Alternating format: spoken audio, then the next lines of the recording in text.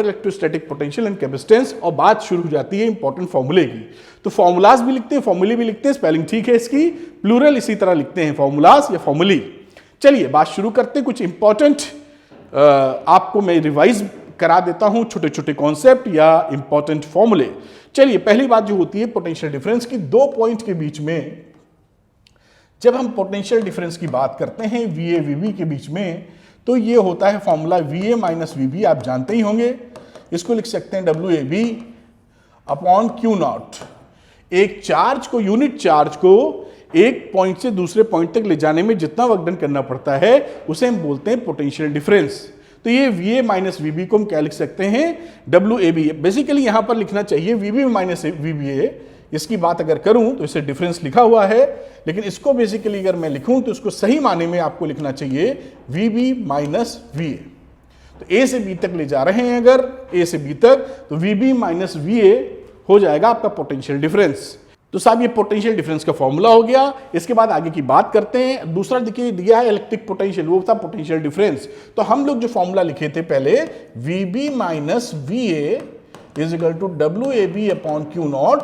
इसमें अगर हम दूसरे वाले पॉइंट को, अगर ये पॉइंट मैंने A लिखा, B लिखा है, दूसरे पॉइंट को, A पॉइंट को मैं इंफिनिटी कर दूं, तो ये V इंफिनिटी और WB पे ला रहे हैं Q0, तो इसे हम बोल देते हैं पोटेंशियल। V इंफिनिटी का मतलब जहां पे पोटेंशियल हम लोगों ने कंसीडर किया है वहां पोटेंशियल 0 होता है, तो VB को आप लिख सकते हैं WB अपॉन Q0। किसी पॉइंट B तक अगर हम कोई चार्ज को लेके आते हैं, पॉजिटिव चार्ज को यहां तक, तो जो यूनिट चार्ज को लाने में वर्क डन हमको करना पड़ता है उसी को हम बोलते हैं पोटेंशियल ऑफ दैट पॉइंट। आप ध्यान रखिएगा, पोटेंशियल एक प्रॉपर्टी है किसी लोकेशन की, तो यहां से आपको समझ में आता है WB अपॉन Q0। ये भी हो जाता है फॉर्मूला, आगे की बात करेंगे।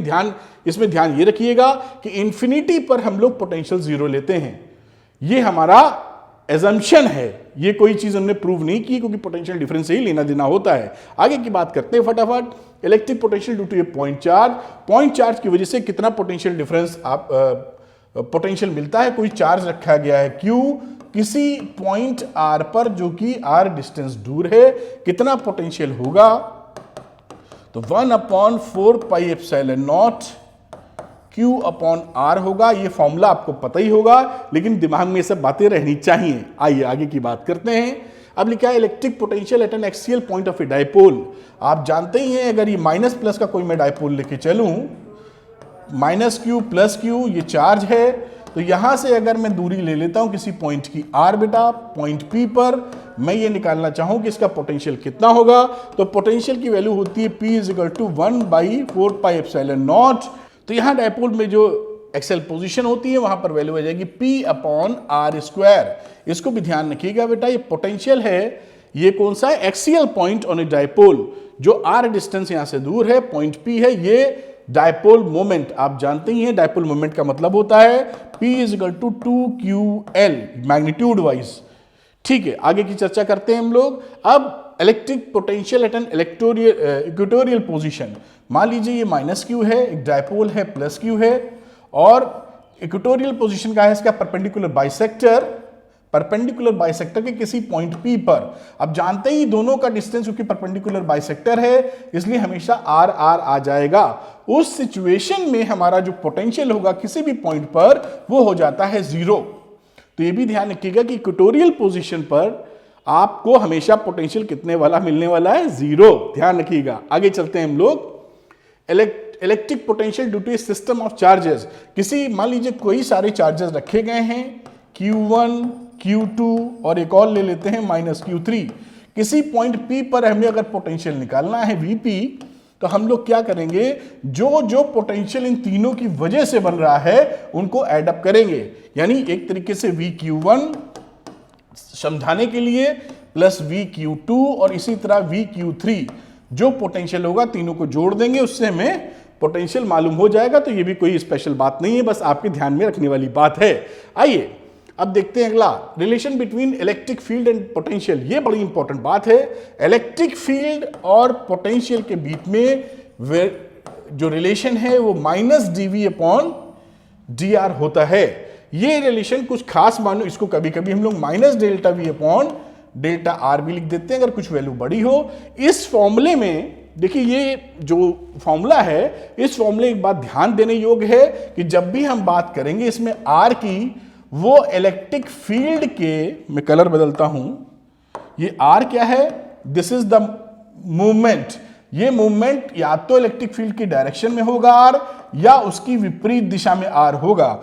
आर किसी और डायरेक्शन में होगा तो उसको हम नहीं मानेंगे। दूसरा, उसको हम उसका यही डिस्टेंस लेंगे, आर हम ऐसे ट्रीट नहीं करेंगे। इसमें ये जो डी आर है, R in the direction of the electric field है, या अपोजिट डायरेक्शन में भी हो सकता है, लेकिन तिरछा नहीं हो सकता। तिरछे को कंसीडर नहीं करेंगे हम लोग। मेरे ख्याल से आप बात को पकड़ पा रहे होंगे। और इसी तरीके से अगर मैं बात करूं एक्स वाई जेड की, तो आप लिख सकते हैं कि जो इलेक्ट्रिक फील्ड है उसको minus D V upon D X, D Y is equal to minus D V upon D Y, और ई जेड की बात करूं Z minus D V upon D Z लिखा जा सकता है। ये क्या है, ये पार्शियल डिफरेंशिएशन, एक सवाल मैंने लिया है, दिखाऊंगा। पार्शियल, इसे बोलते हैं पार्शियल डिफरेंशिएशन। बिल्कुल घबराने की आवश्यकता नहीं है, मुद्दा है इसको पकड़ना। ये जहां जहां आएगा वो बताऊंगा कि पार्शियल डिफरेंशिएशन का मतलब होता है जब x के रिस्पेक्ट में डिफरेंशिएट कर रहे हैं तो बाकी y और z को कांस्टेंट ट्रीट कर लेते हैं। दिखाऊंगा, अभी एक सवाल लिया है। खैर, ये बात की बातें हैं, ये पकड़ने की आवश्यकता है कि E is equal to minus D V upon D R, और R क्या है, या तो इलेक्ट्रिक फील्ड की दिशा में या उसकी विपरीत दिशा में, तिरछा नहीं ले जाना है। ठीक है, आइए साहब, equipotential surface of A positive point charge, very important. इस पे आप मान के चलिए कि हर दूसरे साल क्वेश्चन आपसे पूछा जाता है। इक्विपोटेंशियल सरफेस क्या होती है, वो सरफेस जिसमें पोटेंशियल सेम हो, इक्विपोटेंशियल सरफेस। तो अगर मैं पॉइंट चार्ज लेके चलता हूं तो आप पॉइंट चार्ज के फॉर्म में देखिए तो ऐसे ऐसे इक्विपोटेंशियल सरफेस मिलेंगी। ये किस तरह का, मैं, और इलेक्ट्रिक जो फील्ड लाइंस होती हैं, ये जो इलेक्ट्रिक फील्ड लाइंस हैं, ये हमेशा इक्विपोटेंशियल सरफेस से परपेंडिकुलर पास होती हैं। तो इसको भी एक प्रॉपर्टी के तौर पे ध्यान रखना होगा। और ये अगर पॉइंट चार्ज है तो इक्विपोटेंशियल सरफेस एक स्फेरिकल शेप में बढ़ेंगी, जैसे बॉल बढ़ती है, बॉल शेप में 3D फिगर आएगी, बॉल के रूप में बढ़ती चली जाएंगी। इस, अगर मैं ये एक इक्विपोटेंशियल सरफेस है, हो सकता है इसका पोटेंशियल V हो, इस पॉइंट P का भी V होगा, इसका भी V होगा, V1 होगा, और R का भी V1 होगा। हर पॉइंट का पोटेंशियल V1 होगा। लेकिन दूसरी जो इक्विपोटेंशियल सरफेस होगी, इसका पोटेंशियल V2 होगा, इससे डिफर। लेकिन इस पे किसी पॉइंट पर चले जाएं MNS, तो यहां पर हर जगह आपको पोटेंशियल V2 ही मिलने वाला है। तो आपसे ये इक्विपोटेंशियल सरफेस क्या होती है, और कभी कभी कुछ की फिगर्स पूछ लेते हैं, तो उसको तैयार कर लीजिएगा, इंपॉर्टेंट है। हर दूसरे सवाल पाया जाता है, रिस्क लेने की जरूरत नहीं है। आगे चलते हैं हम लोग। Potential energy of a system of two positive charges, दो पॉजिटिव चार्जेस को, एक सपोज करिए Q1 है, और फिर दूसरे वाले को आप प्लस Q2 को लेके आते हैं, सपोज इंफिनिटी से लेके आ रहे हैं। इस समय इसकी पोटेंशियल एनर्जी कितनी हो जाएगी सिस्टम की, तो उसको हम लोग लिखते हैं U potential energy 1/4 pi epsilon not Q1 Q2 upon, इनके बीच का डिस्टेंस अगर R है तो वो डिस्टेंस ले लेंगे R। इसे potential energy of the system बोलते हैं, Q1 Q2 अपॉन R। और शॉर्ट में लिखने के लिए 1/4 पाई एप्सिलॉन नॉट को आप K भी रिप्रेजेंट कर सकते हैं, जैसा आप पहले रिप्रेजेंट करते रहे हैं। तो ये इस तरह से लिखा जा सकता है, कोई इसमें विशेष बात नहीं, लेकिन आपके ध्यान में आना जरूरी है। अगली बात करते हैं potential energy of a system of 3 point charges. मतलब कोई 3 पॉइंट हैं, ये देखिए, यहां प्लस Q1 लिख देते हैं, यहां प्लस Q2 रख देते हैं। यहां पर ध्यान रखिएगा, ये जो फॉर्मूला होता है जो पीछे लिखा था, इसमें Q1 Q2 की जब वैल्यू रखेंगे तो विथ साइन रखते हैं। अगर ये प्लस है, ये दोनों प्लस हैं तो प्लस प्लस, और बाय द वे अगर ये प्लस Q1 है और ये माइनस Q2 है, तो इस फॉर्मूले में आप दिखाएंगे 1/4 pi epsilon not plus Q1, इस तरीके से। मैं इसलिए बता रहा हूं कि छोटी छोटी गलती आप लोग से हो जाती है, जिसको रोक के आप काफी बेहतर नंबर ला सकते हैं। यहां बात करते हैं, अगर इनके बीच का डिस्टेंस मैं बोल दूं R12 है, इनके बीच का बोल देता हूं R13 है, इनके बीच का बोल देता हूं R23 है, सपोज डिस्टेंस। ये 3 सिस्टम लाए गए, तो इसका एनर्जी, पोटेंशियल एनर्जी क्या हो जाएगा, तो पोटेंशियल एनर्जी निकालने के लिए 1/4 पाई एप्सिलॉन नॉट, और इनके जोड़े के रूप में लिखते हैं, यानी Q1 Q2 के बीच का डिस्टेंस यानी R12 प्लस, फिर अगली ले लीजिए Q2 Q3, और बीच का डिस्टेंस, फिर Q1, Q3 और इनके बीच का डिस्टेंस, ये पोटेंशियल एनर्जी का फॉर्मूला हो जाएगा। ये उसका पार्ट है, इतना फॉर्मूला आप पकड़ पा रहे हैं, ये आपको ध्यान में रहना चाहिए। यहां भी जो चार्जेस हैं विथ साइन रखे जाएंगे, तो प्लस है तो प्लस, माइनस है तो माइनस। इस तरह से पूरे सिस्टम की पोटेंशियल एनर्जी आप निकाल सकते हैं कि सिस्टम की पोटेंशियल एनर्जी क्या है। ये रिवीजन कराने का मुद्दा इसलिए कि आपको ध्यान आ जाए छोटी छोटी बातें। आगे चलते हैं। Potential energy of A dipole in a uniform electric field. एक इलेक्ट्रिक फील्ड है जो कि यूनिफॉर्म इन नेचर है। देखिए इस तरह की यूनिफॉर्म इलेक्ट्रिक फील्ड को आप इस तरह से रिप्रेजेंट करते हैं। एक इलेक्ट्रिक डायपोल बना लेते हैं, ब्लैक कलर कर देते हैं उसका। सपोज करिए ये एक इलेक्ट्रिक डायपोल है, -q प्लस q, बीच की लेंथ 2l मान लो या जो भी है। अब उस सिचुएशन में अगर हम इसकी पोटेंशियल एनर्जी की बात करें तो क्या लिखते हैं? जनरल फॉर्मूला हमारे पास होता है U is equal to P cos θ1 minus cos θ2। इसको बिगाड़ने के लिए अगर मैं कोई और टूल यूज करूंगा तो पीछे वाला मिट जाता है, तो थोड़ा सा डर लगता है मिटाने में इसको। आप बात शायद समझ पा रहे होंगे क्योंकि ये फोटोग्राफ है पीछे। अगर हाँ, ये होता है फॉर्मूला। अब इन जनरल ये जो θ1 θ2 किससे हैं? P और E के बीच के θ1 एंड θ2 P और E के बीच का एंगल है। P क्या हो जाएगा? -q से +q की तरह P का होता है डायरेक्शन, और ये एंगल इस समय हो गया सपोज थीटा। बात पकड़ में आई होगी। अब इसमें भी एक हम लोग अजम्पशन लिए रहते हैं कि जब हमारा थीटा 90 होता है तो उस समय पोटेंशियल एनर्जी थीटा 90 डिग्री पर वो 0 होती है। यानी जब ये हमारा डायपोल इस तरीके से होगा इलेक्ट्रिक फील्ड से, उस समय हमने ये मान रखा है कि इसकी पोटेंशियल एनर्जी 0 होगी। उस दशा को देखते हुए जब हम वैल्यू पुट कर देते हैं θ1 की जगह 90 डिग्री और θ2 जो वैल्यू है, तो ये फॉर्मूला बन जाता है U is equal to PE cos 90 degree minus cos θ2 की जगह थीटा लिख दीजिए, तो ये वैल्यू आ जाती है -PE cos θ। तो इसको हम लोग बताते हैं potential energy of A dipole in uniform electric field. Uniform electric field इसलिए ई लिया है। ध्यान ये रखना है इस फॉर्मूले के साथ कि हमने कंसिडरेशन क्या किया है कि इलेक्ट्रिक डायपोल इलेक्ट्रिक फील्ड के 90 डिग्री पर है तो पोटेंशियल एनर्जी वहां 0 होती है। इस बात के साथ ये बात भी याद रखना जरूरी है। मैं थोड़ी स्पीड में बोल रहा हूं जिससे बहुत ज्यादा लंबा वीडियो ना बने, काफी पावर पैक्ड मसाला है इसके अंदर, तो इसके साथ ये भी याद रखना बहुत ज्यादा आवश्यक होता है। चलिए आगे की बात करते हैं। Behaviour of conductors in electrostatic field.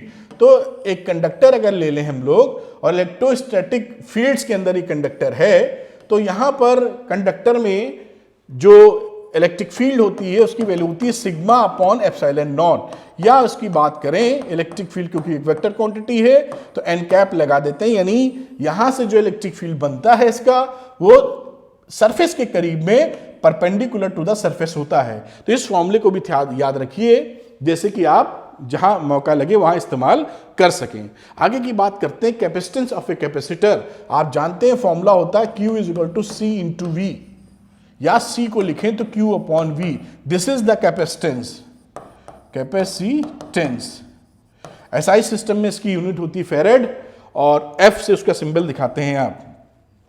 और नॉर्मली हमारे जो हम लोग इस्तेमाल करते हैं अपने वो पिको फेरेड या माइक्रो फेरेड के रूप में होता है। ठीक है साहब। तो ये C is equal to Q by V। ये कैपेसिटर काम क्या करता है? कैपेसिटर एनर्जी या चार्ज को होल्ड करने का काम करता है। ये तो पढ़ाई लिखाई की लंबी बात हो गई जो समझा रखी है मैंने। पैरेलल प्लेट कैपेसिटर की बात अगर हम कर रहे हैं तो पैरेलल प्लेट कैपेसिटर में आप जानते हैं अगर ये पैरेलल प्लेट है, इनके बीच का डिस्टेंस D है, इनका एरिया क्रॉस सेक्शन A है, तो इसका फॉर्मूला लिखते हैं हम लोग C is equal to epsilon not A upon D। ये कैपेसिटेंस का फॉर्मूला होता है पैरेलल प्लेट का। अब इसके अंदर अगर हम लोग डाइलेक्ट्रिक डाल दें जिसका पूरा भर दिया मान लीजिए किससे? डाइलेक्ट्रिक कांस्टेंट K से, तो उस समय जो नया कैपेसिटेंस बन जाएगा वो epsilon not K A upon D हो जाएगा। ये भी आपको मालूम होगा। इन सब पे सवाल आएंगे ही आएंगे, ऐसा पकड़ के चलना चाहिए आपको। मेरे ख्याल से बात आप तक पहुंच रही होगी। आगे बातचीत करते हैं। Series and parallel combination of a capacitor. आपको मालूम है अगर सीरीज कॉम्बिनेशन है कैपेसिटर का तो यहां पर जो इक्विवेलेंट अगर ये C1 है, ये C2 हैं और ये C3 हैं, तो 1/C की value 1/C1 1/C2 plus 1/C3 होती है। और अगर पैरेलल कॉम्बिनेशन है, ये आप जानते होंगे, जस्ट आपको रिवाइज करा रहा हूं जिससे बात पकड़ में आ जाए। C1 C2 और C3, तो ये सीरीज के लिए हो गया। और अगर मैं बात करूं, इसको मिटाने में थोड़ा सा खतरा रहता है पैरेलल की बात करूं तो इसको C1 plus C2 plus C3 लिखा जा सकता है। बात आपके जहन में पहुंच गई होगी, दिमाग में आ गई होगी। Just to revise the concept basically. आगे चलते हैं। Energy stored in a capacitor, एक कैपेसिटर में कितनी एनर्जी स्टोर्ड होती है? तो U इज इक्वल टू होती है हाफ CV²। अब CQ को बदल बदल के बहुत सारे फॉर्मूले लिख सकते हैं, जैसे हाफ Q²/C। आपने जाना ही है कि जैसे ये V भगाया है इसमें से, तो Q is equal to CV होता है, तो V की वैल्यू हो जाएगी Q/C। तो V की जगह Q²/C² डालोगे तो ये वैल्यू आ जाएगी। और इसी तरह आप तीसरी अगर बात करें तो आप इसको हाफ QV भी लिख सकते हैं। इसको आप याद रखिएगा अलग अलग पेयरिंग के हिसाब से। ये क्या है कैपेसिटर में? अच्छा, एक और बात फटाफट, ये जो कैपेसिटर होता है इसमें जो एनर्जी स्टोर्ड होती है वो इसकी इलेक्ट्रिक फील्ड की फॉर्म में होती है। छोटी सी बात, आखिर एनर्जी कहां स्टोर्ड है? तो इसके अंदर इलेक्ट्रिक फील्ड बन जाती है पॉजिटिव प्लेट से नेगेटिव प्लेट की तरफ, और इस इलेक्ट्रिक फील्ड में ये एनर्जी स्टोर्ड होती है। तो ये भी दिमाग में रखिएगा साहब, है ना। Energy stored in a capacitor वो तो बता दिया था मैंने, ये शायद और की बात आ गई है। तो energy stored in a capacitor की बात आपको अभी बताई मैंने कि एनर्जी स्टोर्ड रहता है। अच्छा, ये उस समय की बात है। देखिए, ये मैंने स्लाइड इसलिए डाली थी कि जो एनर्जी स्टोर्ड सीरीज में है या पैरेलल में है कैपेसिटर, देखिए याद आ गया, बड़ा अच्छा। और इसमें मान लीजिए एनर्जी U1 है, U2 है, U3 है। इसी तरह आप समझ रहे हैं इसमें U3 है, U2 है और U1 है। तो चाहे वो सीरीज में हो चाहे पैरेलल में हो, एनर्जी दोनों ही रूप में सिंपली ऐड हो जाती है। कई जगह ये दिमाग में आपके नहीं आता है, इसलिए ये स्लाइड डाली थी। बात पकड़ में आई ना। यानी अगर तीनों में U1 U2 U3 एनर्जी है साहब, या पैरेलल में भी U1 U2 U3 है, तो सिंपली आप ऐड कर दीजिए, एनर्जीज ऐड हो जाएंगी। चलिए आगे की बात करते हैं। Energy density of N electric field. Energy density का सिंपल मतलब होता है कि जो एनर्जी स्मॉल यू से दिखाते हैं, टोटल एनर्जी को वॉल्यूम से डिवाइड कर दो। अब एक पैरेलल प्लेट कैपेसिटर ले लूं तो इसका वॉल्यूम क्या बनेगा? ये है D, ये है A, तो वॉल्यूम हो जाएगा A इंटू D। इसी को U को A इंटू D से आप डिवाइड मार दीजिए। अब U हाफ CV² वगैरह लिख रखा था, तो इसकी वैल्यू आ जाएगी हाफ ε0E²। ये हो जाती है एनर्जी डेंसिटी, यानी एक यूनिट वॉल्यूम में कितनी एनर्जी स्टोर्ड है। भाई छोटा बड़ा कैपेसिटर कैसा भी हो सकता है, तो यूनिट वॉल्यूम में कितनी एनर्जी स्टोर्ड है ये पता चल जाए तो हम उसको समझते रहेंगे। चलिए, बड़ी सुंदर बात। अब अच्छा, वेरी इंपॉर्टेंट भाई, इस पे सवाल बहुत प्रेम करते हैं ये एग्जामिनर लोग अब रीडिस्ट्रीब्यूशन ऑफ चार्जेस क्या है? ये दो कंडक्टर लिए गए हैं। पहले के चार्जेस जब ये आपस में कनेक्ट नहीं थे, गोले अलग अलग थे, तो इस पे चार्ज Q1 था, इस पे चार्ज Q2 था, ये A है ये B है। उसके बाद हम लोगों ने इसको कनेक्ट कर दिया इस डायग्राम के हिसाब से, और इनका कैपेसिटेंस भी C1 है और C2 है। तो अब फाइनल चार्ज सपोज करिए इस पे Q1 डैश और इस पे Q2 डैश होते हैं, तो किस तरह से डिस्ट्रीब्यूट होते हैं? अपने कैपेसिटेंस के रेशियो के हिसाब से। Q1 dash upon Q2 dash equal to C1 upon C2। ये पकड़ के रखिएगा। एक नंबर का सवाल या कॉन्सेप्चुअल सवाल इस पे आपको पूछा जाता है, जिसका जवाब बड़े आसानी से आप कर सकते हैं। अच्छा, ये सेकंड वाला ऑल्सो वेरी इंपॉर्टेंट। इसमें पूछा loss of energy in redistribution of charges. अब इस समय इस पे कुछ एनर्जी है, समझना, U1 U2। अब जब इसको जोड़ देते हैं तो इस पूरे की जो एनर्जी U होती है वो U1 प्लस U2 के बराबर नहीं रहती, घट जाती है। क्यों? क्योंकि जब यहां से चार्जेस फ्लो होते हैं तो हीट निकलती है, हीट के फॉर्म में एनर्जी निकल जाती है। आप बात समझ पाए होंगे। तो ये बराबर नहीं रहती, तो लॉस कितना होता है, घटोत्तरी कितनी होती है? घटोत्तरी का फॉर्मूला है ये, तो बोलते हैं loss of energy in redistribution of charges. कितना कनेक्ट करने के बाद एनर्जी लॉस हो गया, हीट के फॉर्म में लॉस होगा। अब उसका फॉर्मूला है, इसका डेरिवेशन भी इंपॉर्टेंट आगे बताऊंगा, half C1 C2 V1 minus V2 का whole square C1 plus C2। बात पकड़ में आई आपके? वेरी वेरी इंपॉर्टेंट, पकड़ के रखिएगा। आगे बात करते हैं रिलेशन बिटवीन के एंड सब्सटिबिलिटी साई। के क्या है? Dielectric constant. डाइलेक्ट्रिक बच्चों कांस्टेंट को लिखा है के, और सब्सटिबिलिटी साई लिखा हुआ है सब्सटिबिलिटी। इनके बीच में क्या रिलेशन होता है? तो आप जानिए K is equal to 1 plus psi. इसमें भी बड़ा सवाल घूम फिर के बनाते जाते, कुछ दम नहीं है, लेकिन दिमाग में अटका रहना चाहिए। ठीक है साहब, आगे चलते हैं फटाफट। और अब है capacitor of A parallel plate capacitor with dielectric slab and conducting slab. बहुत सुंदर, वेरी इंपॉर्टेंट। देखिए वीडियो का ड्यूरेशन मैंने आपसे सर्वे करने के बाद जो मुझे फीडबैक बच्चों ने दिया था कि सर ड्यूरेशन ज्यादा हो जाए कोई दिक्कत नहीं, वीडियो दमदार होना चाहिए। तो ये वादा है कि वीडियो सुपर दमदार होगा।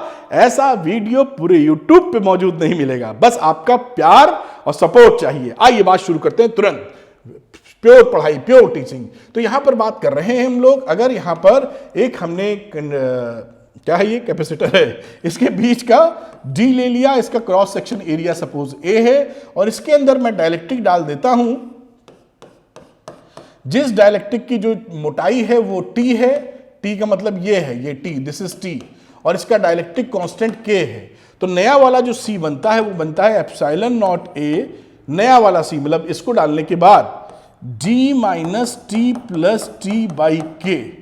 इस इफेक्टिव D इसकी ये आती है। इस फॉर्मूले को जरूर जरूर जरूर आपके जहन में स्टोर कर दीजिएगा। दूसरा देखिए क्या होता है, अगर आपके पास एक कैपेसिटर है, कैपेसिटर में यहां कंडक्टिंग स्लैब डाल रहे हैं, यहां पे क्या था, डाइलेक्ट्रिक। कंडक्टिंग को मैं क्रॉस नहीं कर रहा हूं, ये कैसी है, कंडक्टिंग स्लैब, मेटल की, ये सब उसके लिए मेटल डाल दिया। ठीक, अब उस, और इसकी चौड़ाई वही डी टी है, अब पूरे की डी है, और ये एरिया इसका कितना है, ए। तो अब जो कैपेसिटेंस इसका बनेगा, अब इसका जो फॉर्मूला बनेगा वो बनेगा D upon D minus T, और पहले का जो कैपेसिटेंस था बिना कंडक्टिंग स्लैब डाले हुए, ये रिलेशनशिप आती है। ये क्या है, कंडक्टिंग स्लैब, और ये नॉर्मली डाइलेक्ट्रिक इंसुलेटर्स रहते हैं। तो ये इंसुलेटिंग स्लैब है, ये कंडक्टिंग स्लैब है। बात पकड़ पा रहे हो? वेरी वेरी इंपॉर्टेंट इस समय ये कहानी। और अगर कंडक्टिंग मेटल की शीट डाल दी, मेटल का ब्लॉक डाल दिया, तो पहले से कैपेसिटर इस तरीके से बन जाने वाला है। चलिए बात आगे और लेके चलते हैं हम लोग। ये वेरी इंपॉर्टेंट, क्योंकि कोई चीज छूटे ना, भले थोड़ा वीडियो खींच जाए, आपको जबरदस्त तरीके से बातचीत कर रहे हैं। Effect of dielectric on various parameters. अब ये बात की जाए तो यहां पर क्या है, battery disconnected from the capacitor. क्या है कि एक कैपेसिटर को पहले हमने बैटरी से चार्ज किया बेटा, प्लस माइनस, और उसके बाद चार्ज करके अब हमने बैटरी हटा दी। हटाने के बाद इसके अंदर हम डाइलेक्ट्रिक डालने लगे।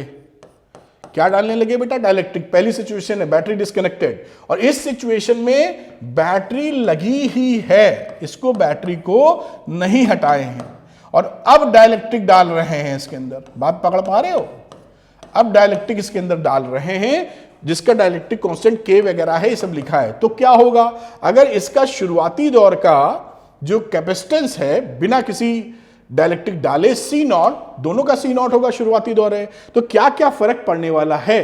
तो यहां पर देखिए, जब आप पहले, ये क्या है, डिस्कनेक्टेड, क्या डिस्कनेक्टेड, बैटरी डिस्कनेक्टेड, उस समय चार्जेस कहीं नहीं जाएंगे, चार्जेस सेम रहेंगे। ये लिखा है Q is equal to Q naught. Potential difference क्या हो जाएगा, V नॉट अपॉन के। क्यों होता है अगर मैं समझाऊंगा तो इसी पे आधे घंटे का वीडियो बन जाएगा। जस्ट कीप इन माइंड कि पोटेंशियल V नॉट अपॉन के हो जाता है, electric field E not upon के हो जाता है।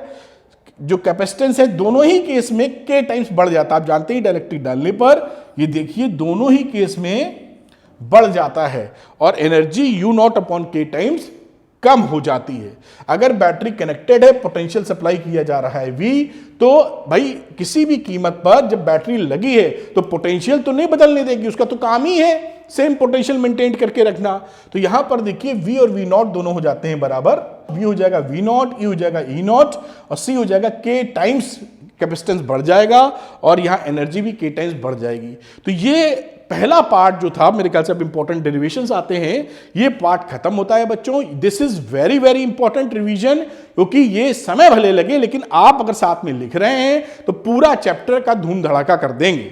तो उम्मीद है आप ये कुछ समझ पाए होंगे कि क्या कहानी आपको ध्यान रखना चाहिए। ये फंडा वेरी इंपॉर्टेंट है, अक्सर हर दूसरे तीसरे साल में इस पे बेस्ड कुछ ना कुछ आता है। मैंने भी न्यूमेरिकल लिए हैं आपको समझाने के लिए। आगे चलते हैं इंपॉर्टेंट डेरिवेशंस की तरफ कि कौन से इंपॉर्टेंट डेरिवेशंस है जो आपको विशेष तौर पे ख्याल रखना चाहिए। आओ बेटा देखिए, electric potential due to a point charge, हमारा ये जो डेरिवेशन है ये वेरी इंपॉर्टेंट है, इसको आप जरूर तैयार कर लीजिए कि पॉइंट चार्ज की वजह से क्या पोटेंशियल आएगा। दूसरा, electric potential at N axial position of A dipole, dipole की एक्सियल पोजीशन पे क्या फॉर्मूला बनता है, ये फॉर्मूला है, इसका डेरिवेशन कैसे होगा ये भी महत्वपूर्ण है, इंपॉर्टेंट है। आगे बात करते हैं बेटा इक्वेटोरियल पोजीशन पे। देखिए जीरो है, अगर पूछा जाए कि शो दैट कि इक्वेटोरियल पोजीशन पे पोटेंशियल जीरो होता तो कैसे शो करेंगे, ऐसे शो करेंगे, आप उसको पकड़ के रखिए। अगली बात करते हैं relation between electric field potential E is equal to minus dV upon dr। मैंने बताया था कि इलेक्ट्रिक फील्ड की डायरेक्शन में ही हम R लेंगे या उसकी अपोजिट डायरेक्शन में R लेंगे, तिरछा नहीं लेंगे, ये ही हमारे कोर्स में है, ऐसा पकड़ के चलिए। आगे चलते हैं potential energy of a system of 2 point charges, 2 point charges का फॉर्मूला रिवाइज कराया था, कैसे आएगा इसको भी समझना जरूरी है। फिर ये जो 2 फॉर्मूले मैंने वहां बताए थे, इसका derivation is also very important, ये डेरिवेशन काफी महत्वपूर्ण है, तैयार कर लीजिए और बात बनती चली जाएगी। कैसे लॉजिक था वो भी बताया था आपको। पैरेलल प्लेट कैपेसिटेंस में कैपेसिटेंस कितना आता है, इसका भी डेरिवेशन बहुत पिद्दी सा है 4 लाइन का, वो भी तैयार कर लें आप।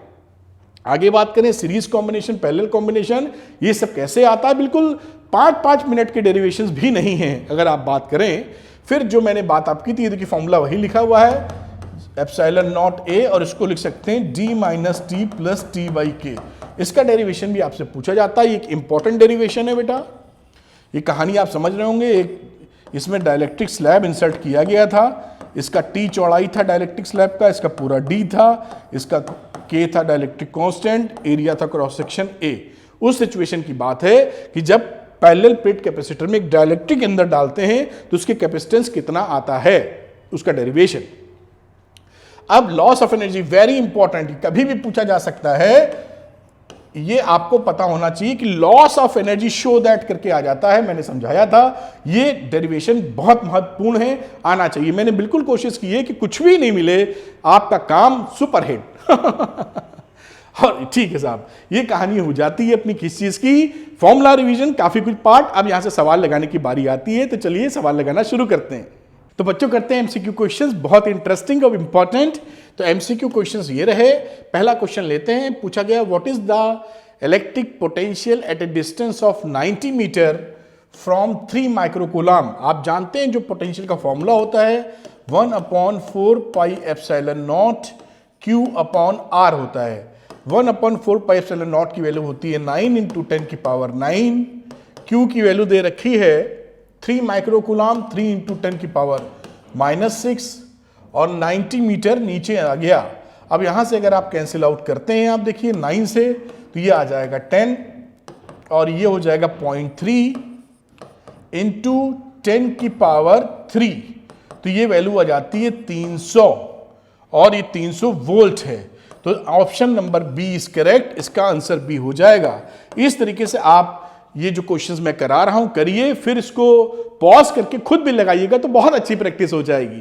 पहला एमसीक्यू इस तरह के क्वेश्चंस मिलेंगे कि एक चार्ज रखा गया था किसी डिस्टेंस पी पर, कितना पोटेंशियल आएगा, तो वो आपने निकाल दिया बड़े आराम से। नंबर 2 क्वेश्चन मैंने काफी बड़ा बड़ा लिखा कि आपको देखने में तकलीफ ना हो। The potential energy of a system of 2 charge is negative. किसी 2 चार्जेस नेगेटिव, इसमें लिखा है कि 2 चार्जेस के बीच में जो पोटेंशियल एनर्जी है, मान लीजिए Q1 और Q2 जो सिस्टम की एनर्जी है वो निगेटिव कब होगी। तो हमें ये मालूम है कि जो पोटेंशियल एनर्जी होती है U, वो 1/4 pi epsilon not Q1 Q2 upon R होती है, इनके बीच का डिस्टेंस R है। तो ये निगेटिव कब होगी, जब इन दोनों का साइन अपोजिट इन नेचर हो, एक का प्लस हो दूसरे का निगेटिव हो, या पहले का निगेटिव हो दूसरे का पॉजिटिव हो। तो देखते हैं इसमें ऑप्शन क्या है। हाँ, ये option number C is correct. 1 charge is positive and other is negative. एक प्लस होगा और एक माइनस होगा तो इनका मल्टीप्लीकेशन माइनस आ जाएगा और एनर्जी माइनस हो जाएगी। तो दोनों चार्ज हमारे अलग अलग साइन के, पहला माइनस दूसरा प्लस या दूसरा मतलब अपोजिट नेचर के होने चाहिए। C option is correct. मेरे ख्याल से आप बात को पकड़ पाए होंगे। Very good. देखिए बहुत आसान सवाल। An electric dipole of moment P is placed normal to the lines of the force. ये इलेक्ट्रिक फील्ड है। सवाल कहता है कि जो इलेक्ट्रिक डायपोल है P, उसके नॉर्मली प्लेस किया गया है, माइनस क्यू कर देता हूं, थोड़ा लंबा बना देता हूं, उसको प्लस क्यू कर देता हूं। इलेक्ट्रिक डायपोल का डायरेक्शन माइनस से प्लस की तरफ होता है, तो इनके बीच में एंगल कितना बन गया बच्चों? 90 degree initial angle, intensity E। Then the work done in deflecting it through a angle of 180 degree.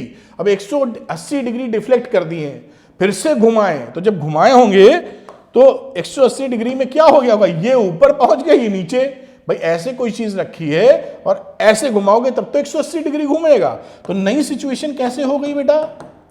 नई सिचुएशन के अनुसार माइनस क्यू ऊपर पहुंच गया, प्लस क्यू ऊपर पहुंच गया है। बात पकड़ में आई। अब डायपोल मोमेंट कैसा है ये देखिए, इस तरीके से है इसका डायरेक्शन। तो यहां पर थीटा 90 था, तो यहां पर कितना कह देना चाहिए आपको? 270 डिग्री।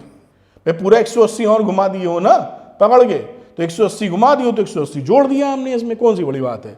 तो अब कह रहा है कि उस समय निकालना क्या? Then the work done. तो वर्क डन निकालना है, तो वर्क डन वही एनर्जी हो जाएगी और क्या। तो वर्क डन निकालने के लिए जो एनर्जी होगी उसे आप लिखते हो PE cos θ1 माइनस cos θ2। मेरे ख्याल से बिल्कुल मैं ठीक लिख रहा हूं। अब यहां पे PE डाला, cos 90 डिग्री, cos 90 डिग्री, और यहां पर अगर आप आ जाइए cos θ2 जो कि cos 270 डिग्री। अब दोनों ही सिचुएशन में ये वैल्यू भी 0 है, ये वैल्यू भी 0 है, यानी इसका आंसर कितना है? 0। तो option number D is correct. आप बात पकड़ते चलिएगा, सीखते चलिएगा, ऐसे ही सवाल एग्जामिनेशंस में मिलेंगे। बिल्कुल बढ़िया रिसर्च करके बनाया है, जबरदस्त। आपका सारा काम खत्म। The equivalent capacitance between point A and B, ये पॉइंट ए बी है, इनके बीच का इक्विवेलेंट कैपेसिटेंस निकालना है। कई बच्चे देख के घबरा जाएंगे, कई सोचेंगे अरे तो व्हीट स्टोन ब्रिज टाइप का लग रहा है। वो नहीं है, बिल्कुल सिंपल कहानी है। देखिए ए से शुरू कीजिए। अगर यहां से कोई चार्ज फ्लो करेंगे, प्लस चार्ज, तो देखिए प्लस यहां बैठ जाएगा, इस तार को जोड़े हो तो प्लस यहां बैठ जाएगा, यहां बैठ जाएगा। तो यहां पर ए से 3, ये देखिए ये सी ये जुड़ा हुआ है, दूसरा आप गए तो ये वाला जुड़ गया नंबर, इसको नाम दे दीजिए MN MNR। तो ये सपोज करिए ये M है, ये N है, और ये तीसरा वाला R है। पॉजिटिव प्लेट से जोड़ दिया। अब यहां पे ये B वाले को देखो तो ये R वाले की निगेटिव प्लेट से जुड़ा है ना, तो R वाले की निगेटिव प्लेट से जोड़ दो किसको? B पॉइंट को, इधर या इधर कहीं बना दो। इसी तरह ये N वाले की निगेटिव पॉइंट से जुड़ा हुआ है, तो N वाले से निगेटिव जोड़ा, फिर इसके वाले से भी निगेटिव से जुड़ा हुआ है, ये जोड़ा। देखिए तीनों सिंपल पैरेलल में है। ये कॉम्बिनेशन पहचान लीजिएगा पैरेलल। घबरा मत, ज्यादा पढ़ना भी ज्यादा पढ़ लीजिए और उसको अप्लाई ना कर पाई तो खतरनाक, नहीं सोचे पता नहीं कौन सा फॉर्मूला लगना है। सिंपल, अगर ये पैरेलल कॉम्बिनेशन का सवाल है तो पैरेलल में फॉर्मूला लगता है CP C1 plus C2 plus C3, और तीनों का कैपेसिटेंस अगर इक्विवेलेंट कैपेसिटेंस है, मान लीजिए C कैपेसिटेंस के हैं, तो C प्लस C जोड़ोगे तो 3C आपका आंसर आ जाएगा। Option number A is correct, ये आपका आंसर है। बड़े आराम से करते जाइए, प्रैक्टिस साथ साथ करते जाइए, जबरदस्त कहानी बनने वाली है। आगे चलते हैं। The capacitance of a capacitor does not depend upon, आपने पैरेलल प्लेट कैपेसिटर का फॉर्मूला देखा था, epsilon not A upon D। उम्मीद है ये याद होगा। याद क्यों नहीं होगा भाई? ये भी नहीं याद होगा तो कैसे चर्चा होगी? फिर ये कहानी थी। अब साइज ऑफ द प्लेट भाई इस पे डिपेंड करता है, एरिया बढ़ाओगे तो बढ़ जाएगा। Shape of the plates geometrical configuration पे डिपेंड करता है, वॉल्यूम पे डिपेंड कर रहा है, A into D। Separation between plates D पर डिपेंड कर रहा है। चार्ज ऑन द प्लेट पे डिपेंड नहीं करता। तो option number D is correct. कितना चार्ज लोड कर दोगे उस पर थोड़ी डिपेंड करता है। आप सोचोगे Q इक्वल टू CV होता है, तो दिमाग में ऐसा ना आ जाए कि Q is proportional to C। This is wrong. क्यों? क्योंकि C जो होता है वो Q बाई V, ये चार्ज बढ़ाते हो तो पोटेंशियल भी बढ़ जाता है, तो इनका रेशियो सेम रहता है। ऐसा मत समझ लेना, this is wrong interpretation. Are you getting my point? अगर आप चार्ज बढ़ाओगे तो V भी बढ़ जाएगा, तो उनका रेशियो बराबर रहने वाला है। बाकी समझाने के लिए तो काफी समय दिया जा सकता है, लेकिन तेजी से चल रहे हैं। तो यहां पर option number D is correct, बात पकड़ में आई। आगे की बात करते हैं, बहुत सुंदर सवाल। Figure show some equipotential lines, देखते हैं अभी। Distributed in space a charge object is moved from point A to B. ये पहली फिगर है बेटा, उम्मीद है दिख रही होगी। फोटो वोटो रहती तो खिंच आ जाती है, उसमें क्या करें हम लोग। तो ये तीसरा पॉइंट फिगर 1 में ये ए है, बी है, और इक्विपोटेंशियल में ये 20 वोल्ट है और ये 40 वोल्ट है। यहां आप देख पा रहे हैं ये 20 वोल्ट है और बी वाला ये ऊपर लिखा है 40 वोल्ट।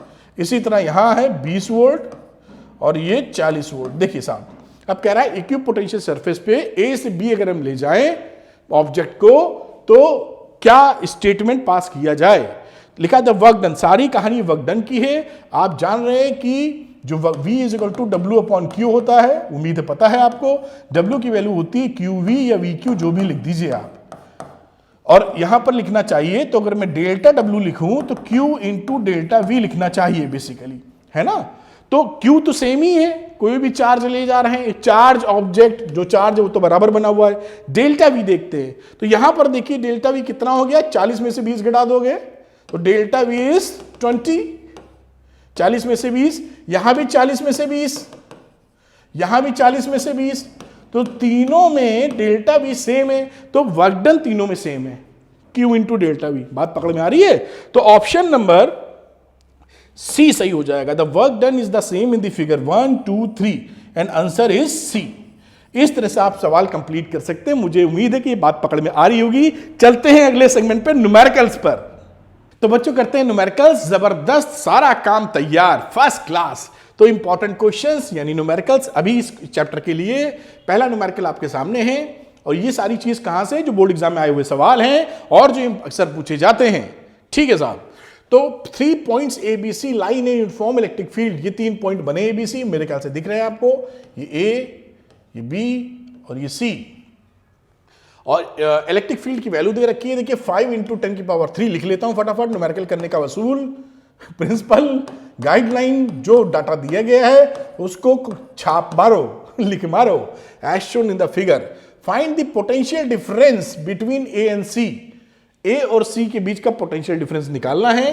सपोज करिए VC माइनस VA निकालना है, या VA माइनस VC, जो कहना चाहें, इसको आपको पता करना है। बिल्कुल पता कर देंगे।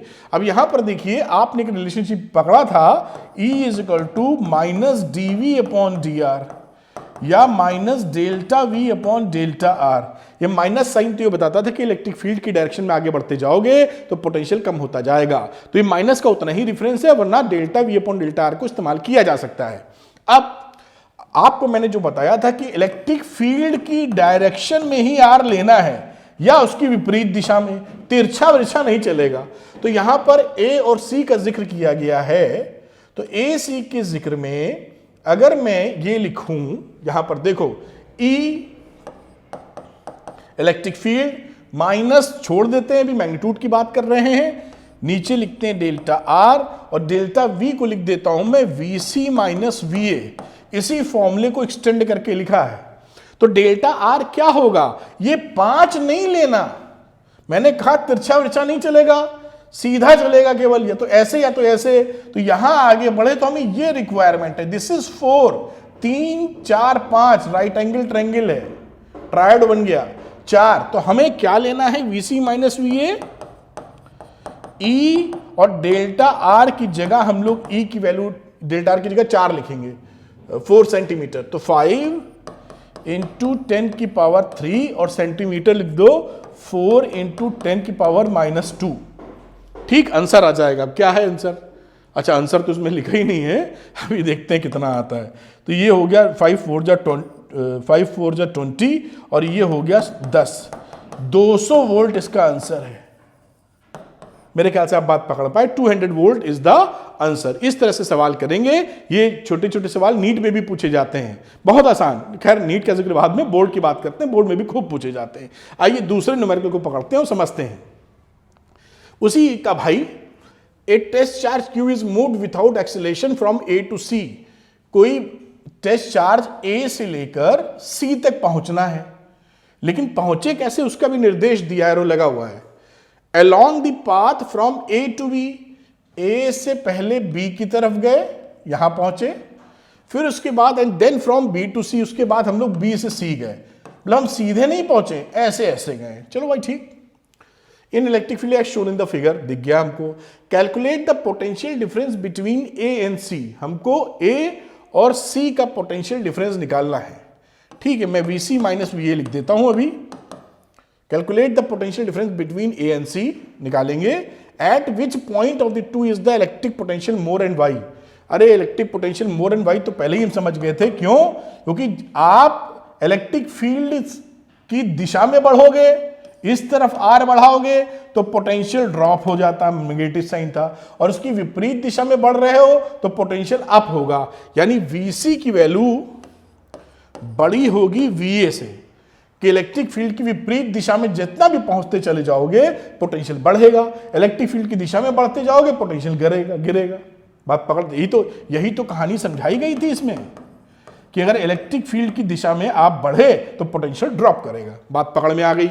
अब यहां पर देखिए, हमारा जो इलेक्ट्रिक फील्ड होता है वो कंजर्वेटिव फोर्स रहता है, यानी उसमें पाथ डिपेंडेंसी नहीं होती, इनिशियल फाइनल वैल्यू चाहिए हमको बस। तो यहां पर इनिशियल ए थे, इनिशियल फाइनल सी था, कहां से आया उससे कोई मतलब ही नहीं। तो ठीक है साहब, ये डिस्टेंस कितना है? तो ये है, देखो यहां पे 6,0 आपको दिख रहा होगा, उम्मीद कर रहे हैं, और ये 2,0। तो ये डिस्टेंस 4 हो गई ना, 6 में से 2 घटाया 4, बाकी तो 0 0 है, कोऑर्डिनेट्स लिखे हुए हैं। बात पकड़ पा रहे हो नहीं? दिस इज 4 आ गया ना, आ गया, 6 में से 2 गया 4। तो अब हमें फिर से यही फॉर्मूला इस्तेमाल कर लेना है प्यार से। तो इलेक्ट्रिक फील्ड की वैल्यू E दे रखी थी, तो मुझे क्या करना चाहिए? इलेक्ट्रिक फील्ड की वैल्यू E दे रखी है, मैं लिख देता हूं delta V upon delta R। Delta V को मैं लिख रहा हूं VC माइनस VA, और डेल्टा R कितना हो गया? 4 लिख देता हूं, जो भी वैल्यू होगी, जो भी यूनिट्स इस्तेमाल करेंगे। तो VC माइनस VA आप क्या लिख सकते हैं? 4 इंटू E। ये आंसर आ गया पहला वाला, कि कितना होगा। बात पकड़िएगा मेरी। और दूसरा कौन? ये तो मैंने बता ही दिया कि VC हमेशा VA से बड़ा होगा, अपोजिट डायरेक्शन में बढ़े हैं। तो ये आंसर हो गए। इस तरह से लॉजिक कॉन्सेप्ट को क्लियर रखिए, जिससे आसानी से सवाल कर पाए, और कैसा भी पेपर आए फिर हार्ड टफ नहीं रहे, आता है तो आता है, फिर हार्ड टफ क्या होता है। चलिए एक क्वेश्चन और समझते हैं। काफी क्वेश्चन पिकअप की, देखिए 2019 में आया, जिससे कि आपका काम बन जाए बेटा, मजा आ जाए, है ना। चलिए, 2 identical capacitors of 12 picofarad each are connected in series across a 50 volt battery. एक बार 2 जो कैपेसिटर हैं वो सीरीज में लगाए गए, मैं फोटो बनाता हूं, इससे ज्यादा पकड़ोगे, और एक बैटरी से कनेक्ट किया है, कर देंगे भाई 50 वोल्ट की बैटरी प्लस माइनस, ठीक। और ये 12 पिकोफैरेड के हैं, इसको भी ज्यादा लिखेंगे तो सरकाना पड़ जाएगा।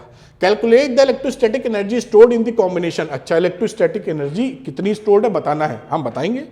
इलेक्ट्रोस्टैटिक एनर्जी, या ई तो इलेक्ट्रिक फील्ड समझते हो तो यू लिख देता हूं यहां पे, यू से समझोगे, ठीक। If these were connected in parallel across the same battery. अच्छा भाई, इसके बाद दूसरी कंडीशन क्या है कि इन्होंने पैरेलल कनेक्टिविटी करा दी है, कि उसी बैटरी से, कितने वोल्ट की थी? 50 वोल्ट की बैटरी थी।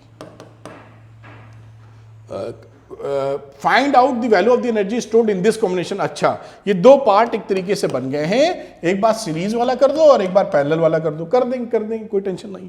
यहां पे इस सिस्टम का, ये सीरीज में है ना, तो सीरीज में हमारा 1/CS होता है, 1/C1 प्लस 1/C2।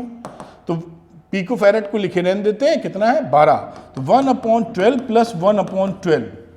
शॉर्टकट भी तरीका आप जानते हैं, ऐसे 2 कॉम्बिनेशन हो तो CS को हम लोग क्या लिख देते हैं? C1 into C2 upon C1 plus C2, और दिख रहा है यहाँ 12/2 आ जाएगा। खैर, कुछ भी तरीका अपनाएं, यहां CS की वैल्यू आ जाएगी 12/2 विच इज 6 पिकोफैरेड। उम्मीद है आप निकाल लेंगे। 1/12 1/12 जोड़ा तो 1/6 आ जाएगा, और CS की वैल्यू 6 हो जाएगी। बात पकड़ में आ गई होगी। अब यहां पर जो फॉर्मूला होता था वो होता था हाफ CV²। तो हाफ लिखा, C की जगह लिख दो 6 पिकोफैरेड, ठीक। और V कितना है बेटा? V है 50 वोल्ट, तो 50 वोल्ट का स्क्वायर, इसको चलो कैलकुलेट ही कर देते हैं, थोड़ा सा ऊपर यहां रोकेंगे। तो यहां पे देखिए वैल्यू कितनी आ गई, काटापीटी कर दो यहां से, तो 2 ये आ जाएगा 3, 10 की पावर -12 ये आ जाएगा 2500।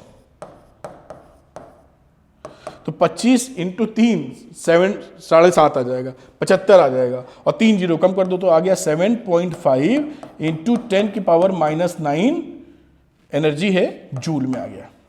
तो 7.5 इंटू 10 की पावर -9 जूल पहले वाले का आंसर है। दूसरे वाले का आंसर कर देते हैं कलर बदल के, जिससे फर्क कर पाए आसानी से। ठीक, यहां पर इक्विवेलेंट कैपेसिटेंस कितना हो जाएगा, C पैरेलल में सिंपली लग जाता है C1 प्लस C2, तो यहां Cp कितना हो गया 12 पिकोफैरेड प्लस 12 पिकोफैरेड हो गया 24 पिकोफैरेड इक्विवेलेंट कैपेसिटेंस। बहुत बढ़िया। अब एनर्जी क्या होती है, हाफ CV स्क्वायर लगा दो, तो हाफ लिखा, C लिखा 24 पिकोफैरेड, और साथ में V था, तो V तो 50 का स्क्वायर 2500 आने ही वाला है। खैर मैं एक बार 50 का स्क्वायर भी लिख देता हूं, जिसे आप बिल्कुल अच्छी तरह समझ जाएं। इसको काटोगे तो 12 आ जाएगा, 12 इंटू 10 की पावर -12 इंटू 2500। मेरे ख्याल से बात पकड़ पा रहे हैं आप। अब इसको मल्टीप्लाई कर दीजिए, 25 इंटू 12, तो 2500 300 हो गया। सही बोला क्या चाचा? हाँ 300, तो 300 और 2 जीरो और इंटू 10 की पावर -12। तो यहां पर 4 निपटा दो इससे, तो 3 इंटू 10 की power -8 joule is the answer. बस देखिए ये कहा, इन सवालों को अगर आप बोलेंगे तो सरल किसको बोलेंगे बेटा बताओ? ये 2019 का सवाल हो गया ना कितने आराम से, ये भी आंसर हो गया और दूसरा वाला भी आंसर हो गया। इन सवालों को बड़े प्यार से आप ऐसे कर सकते हैं बिना किसी टेंशन के। तो उम्मीद है आपको बात पकड़ में आ रही होगी। अगले न्यूमेरिकल पे भी चलते हैं हम लोग। तो बच्चों करते हैं अगला न्यूमेरिकल, वेरी इंपॉर्टेंट न्यूमेरिकल। ये न्यूमेरिकल बोर्ड के लिए भी इंपॉर्टेंट है, नीट के लिए भी इंपॉर्टेंट है और जेईई मेंस में भी आता रहा है। बहुत सरल न्यूमेरिकल है, घबराइए बिल्कुल नहीं, हलवा सवाल। तो इसका सोल्यूशन करेंगे हम लोग, और बोर्ड्स के लिए भी वेरी इंपॉर्टेंट क्वेश्चन। देखिए क्वेश्चन पढ़ के समझाता हूं, आप खुद ट्राई करना चाहें तो पॉज कर लें, पहले ट्राई करें। 2 particles have equal masses of 5 ग्राम, 5 ग्राम के 2 पार्टिकल्स हैं। ईच एंड अपोजिट चार्जेस, दोनों पे चार्ज दिए हुए हैं, एक पे प्लस चार्ज है ध्यान दीजिएगा, और एक पे माइनस चार्ज है, दोनों पे सेम चार्ज है।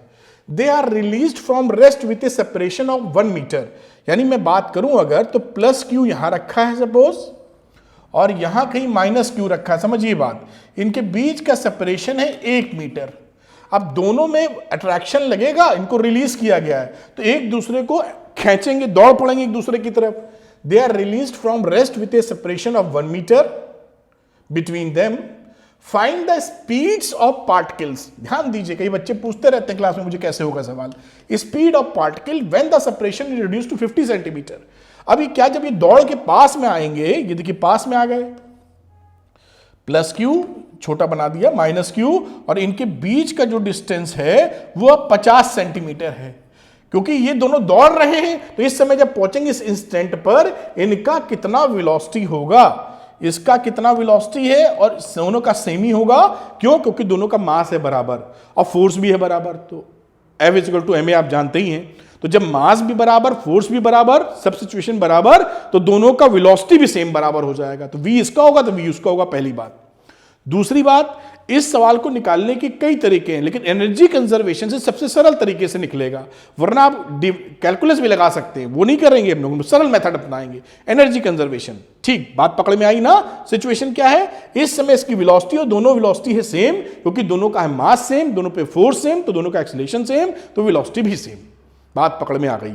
ठीक है। अब इस समय जो वेलोसिटी, इसको मैं बोल देता हूं, ये डिस्टेंस को बोल दो चाहे तो R1, और इसको R2 बाद में वैल्यू रख देंगे हम लोग।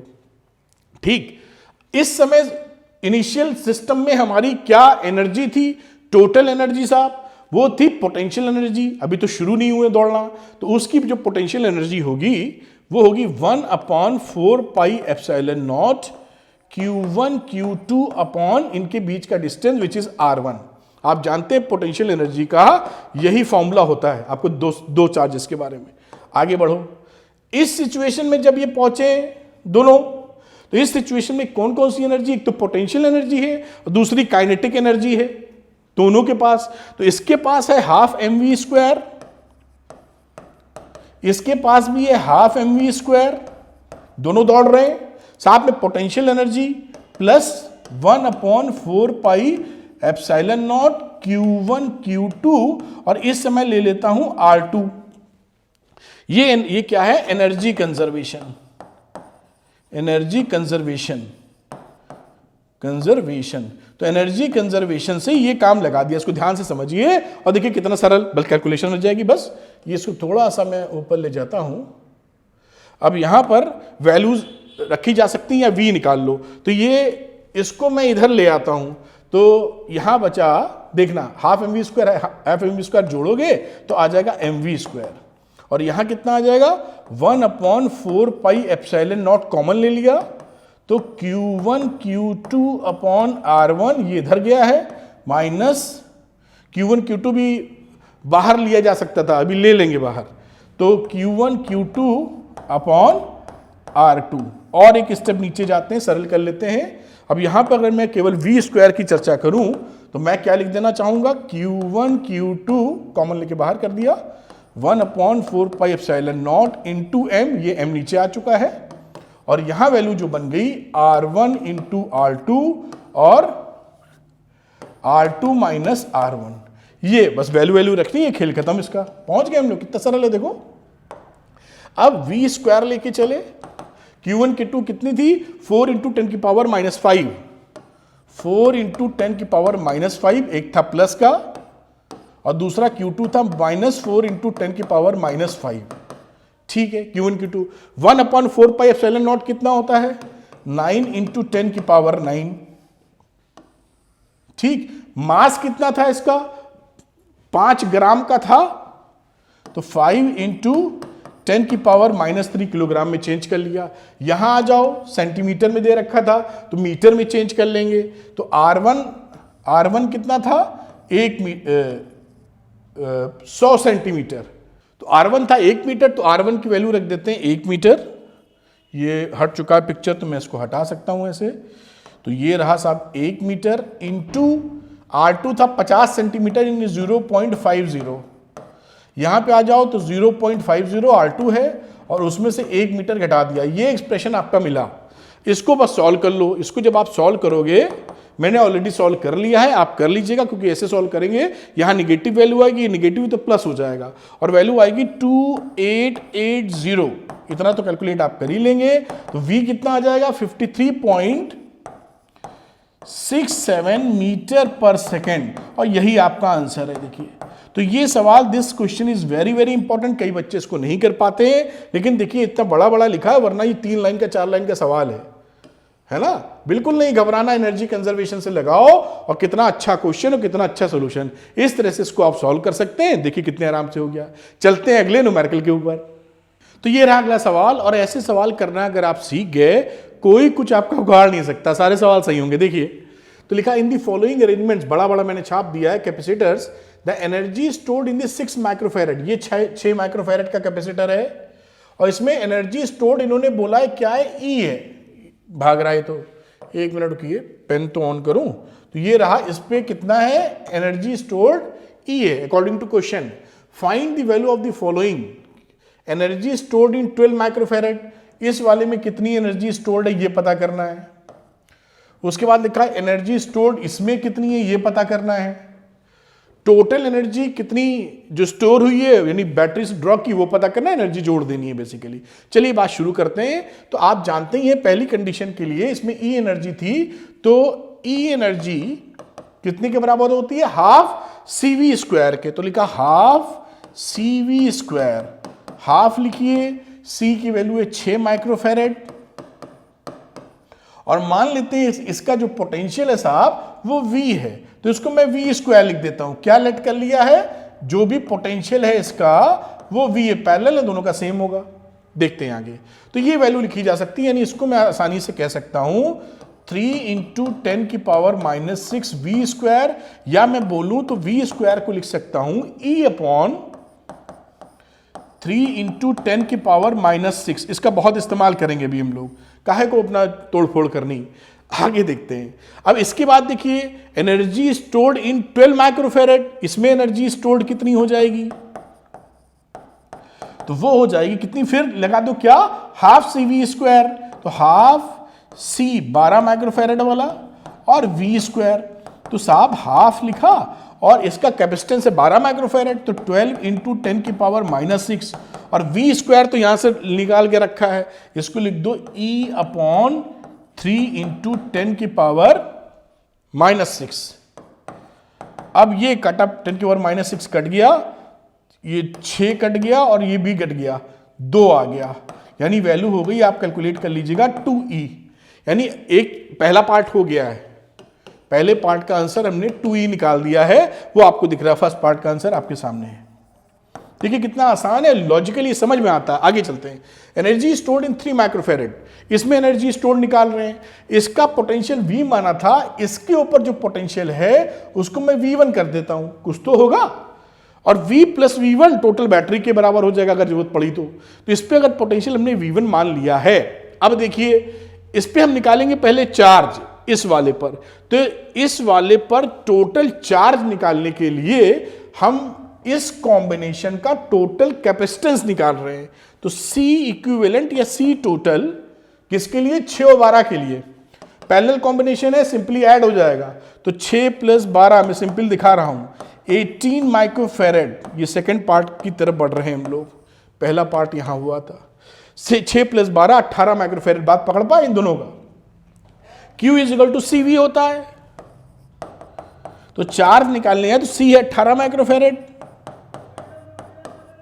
और V, तो V तो हम लोगों ने पकड़ रखा था दिस वैल्यू, तो इसकी इस V को मैं V ही लिखे रहने देता हूं, अभी इसका इस्तेमाल देखिए कितने आराम से हो जाएगा। ये मैंने चार्ज निकाल लिया, जो इस पे टोटल चार्ज है वही चार्ज तो भाई इस टोटल के लिए जो चार्ज होगा वही चार्ज तो इसके लिए भी होगा, वही चार्ज तो निकला है यहां से, यहां भी वही, यहां भी वही, ठीक। 6 माइक्रोफेरेड और 12 माइक्रोफेरेड पे चार्ज अलग अलग होंगे, लेकिन टोटल पे चार्ज सेम होगा।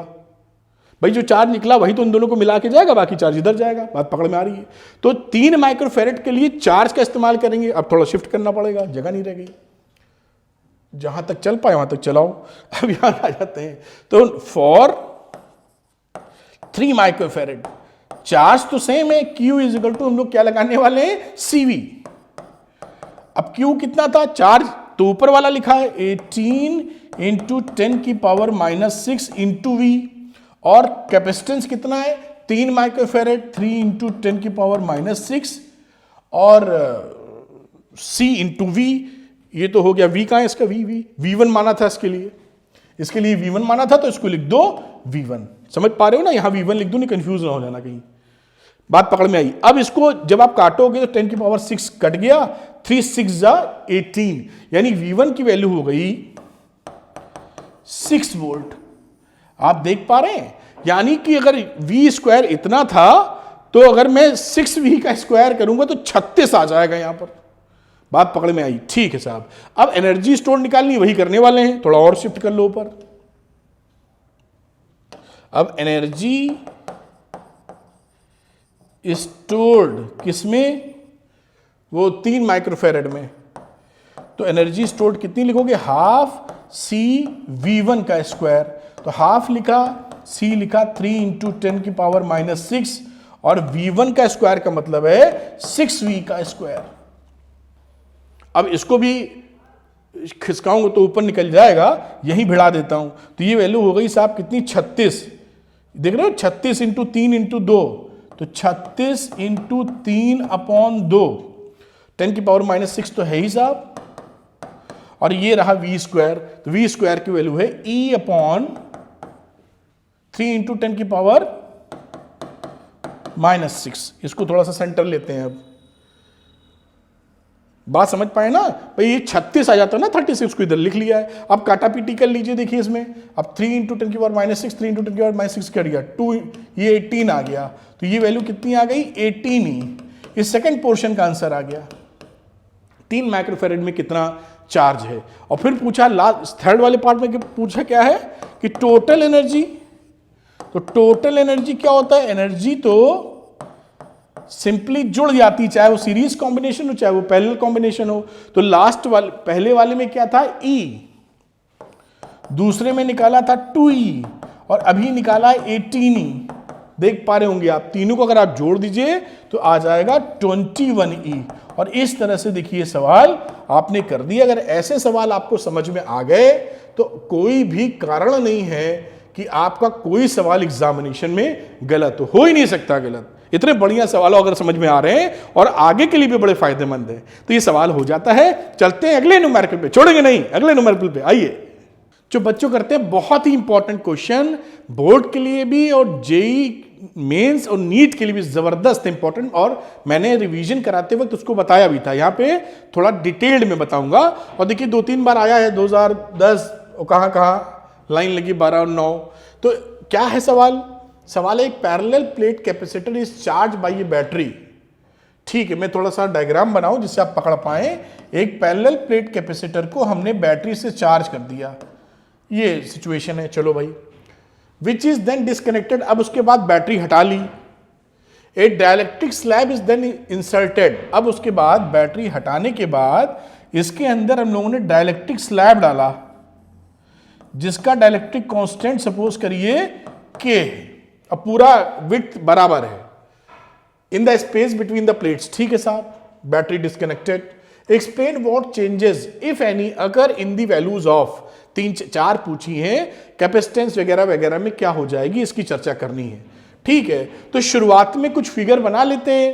तो शुरुआत की फिगर को मैं लिख लेता हूं, कैपेसिटेंस तो मैं लिख लेता हूं उसको C0 और इसको या C इनिशियल फाइनल लिख लो। इसको बिगाड़ने के लिए क्या करना पड़ेगा, तो मैं इसको ठीक इसको C इनिशियल कह देता हूं और C फाइनल कह देता हूं। अभी इसके बीच में कहानी बनाते चले जाएंगे। इसी तरह से पोटेंशियल की बात की है तो इसका पोटेंशियल VI कह दो, इसका VF कह दो। और किसकी चर्चा की है? Electric field between the plates, इसीलिए इसको मैं EI कह, अब तो समझदार है, मैं नहीं भी लिखूंगा तो समझ जाएंगे आप। EF एनर्जी स्टोर्ड भी है, उसको भी कहीं लिख देना चाहिए, U इनिशियल U फाइनल। इसी तरह से चार्ज को भी क्यों छोड़ो, QI अपॉन Q फाइनल। देखिए कितने प्यार से मैं समझाऊंगा और आपकी समझ में फटाफट आ जाएगा। तो सबसे पहली बात सॉल्यूशन स्टार्ट करते वक्त कि जब हम लोगों ने बैटरी को हटा दिया लेकिन हमने जब इसको चार्ज कर दिया था तो उस समय चार्ज होने के बाद ये चार्जेस तो कहीं भाग नहीं सकते। चार्जेस कंजर्वेशन ऑफ चार्जेस के बेसिस पे जो चार्ज इस पे आ गए वो चार्ज यहां भी मेंटेन्ड होंगे। यानी इस केस में जब बैटरी डिस्कनेक्टेड है, मैं लिख देता हूं बड़ा बड़ा, बैटरी डिस्कनेक्टेड, तो क्या हमारे पास समझ में आने वाली बात है? समझ में आने वाली बात है कि Q इनिशियल और Q फाइनल चार्जेस सेम होंगे कंजर्वेशन ऑफ चार्ज के बेसिस पर। कंजर्वेशन ऑफ चार्ज के बेसिस पे बात समझते जाइए। और अब बैटरी डिस्कनेक्टेड हो या बैटरी लगी रहे, दोनों ही केस में हम जब डाइलेक्ट्रिक डालते हैं तो हमारा जो कैपेसिटेंस है वो K टाइम्स बढ़ जाता है।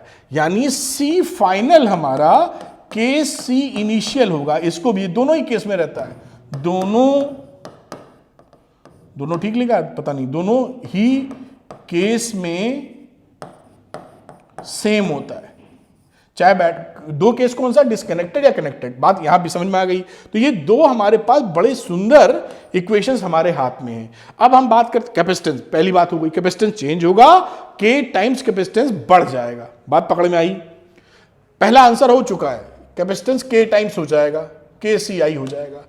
Potential difference between the plates, potential difference VF, अगर शुरू में VI था तो बाद में VF कैसे? अब देखिए इसमें ध्यान दीजिए बात, शुरू में अगर मैं बात करूं तो मैं Q is equal to CV, C और V, ये इस रिलेशनशिप को बहुत आसानी से लिख सकता हूं, कोई दिक्कत की बात नहीं। अब यहां पर अब मैं देखूं फाइनल वाली पोजीशन में, फाइनल में भी ऐसे लिख सकता हूं, इसमें भी कोई प्रॉब्लम नहीं है। ये final position initial position maintain दोनों में होगी। अब QI QF दोनों बराबर है, ध्यान दीजिएगा, तो मैं QF की जगह QI लिख देता हूं, ठीक। CF की जगह KCI लिख देता हूं,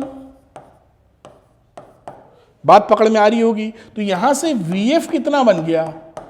VF बन गया QI अपॉन KCI, देख पा रहे हो ना। और QI अपॉन CI क्या था? यहां से देखिए QI अपॉन CI था VI, तो ये पोटेंशियल हो गया VI अपॉन K, यानी पोटेंशियल आपका K टाइम्स घट गया। तो ये सेकंड वाले का आंसर हो गया, जो भी पोटेंशियल शुरू में होगा उसका K टाइम्स आप घट जाएगा। ये किताबों में V इनिशियल की जगह V0 भी लिखा रहता है, तो V0 अगर लिखा है तो V0 अपॉन K हो जाएगा। ये आप V0 पहचानते हैं, इनिशियल फाइनल लिख दिया मैंने। Electric field between the plates, तो आप जानते हैं कि इलेक्ट्रिक फील्ड में और पोटेंशियल डिफरेंस में एक रिलेशन होता है जिसे आप कहते हो E is equal to V upon D.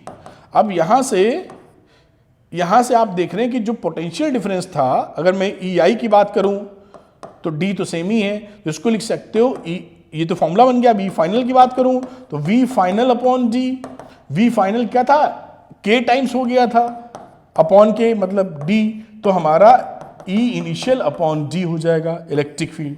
यानी इलेक्ट्रिक फील्ड भी K टाइम्स, K कहाँ है, नीचे है, तो D की जगह K लिखना चाहिए मुझे, ये K टाइम्स घट जाएगा। तो ये थर्ड पोर्शन का आंसर है।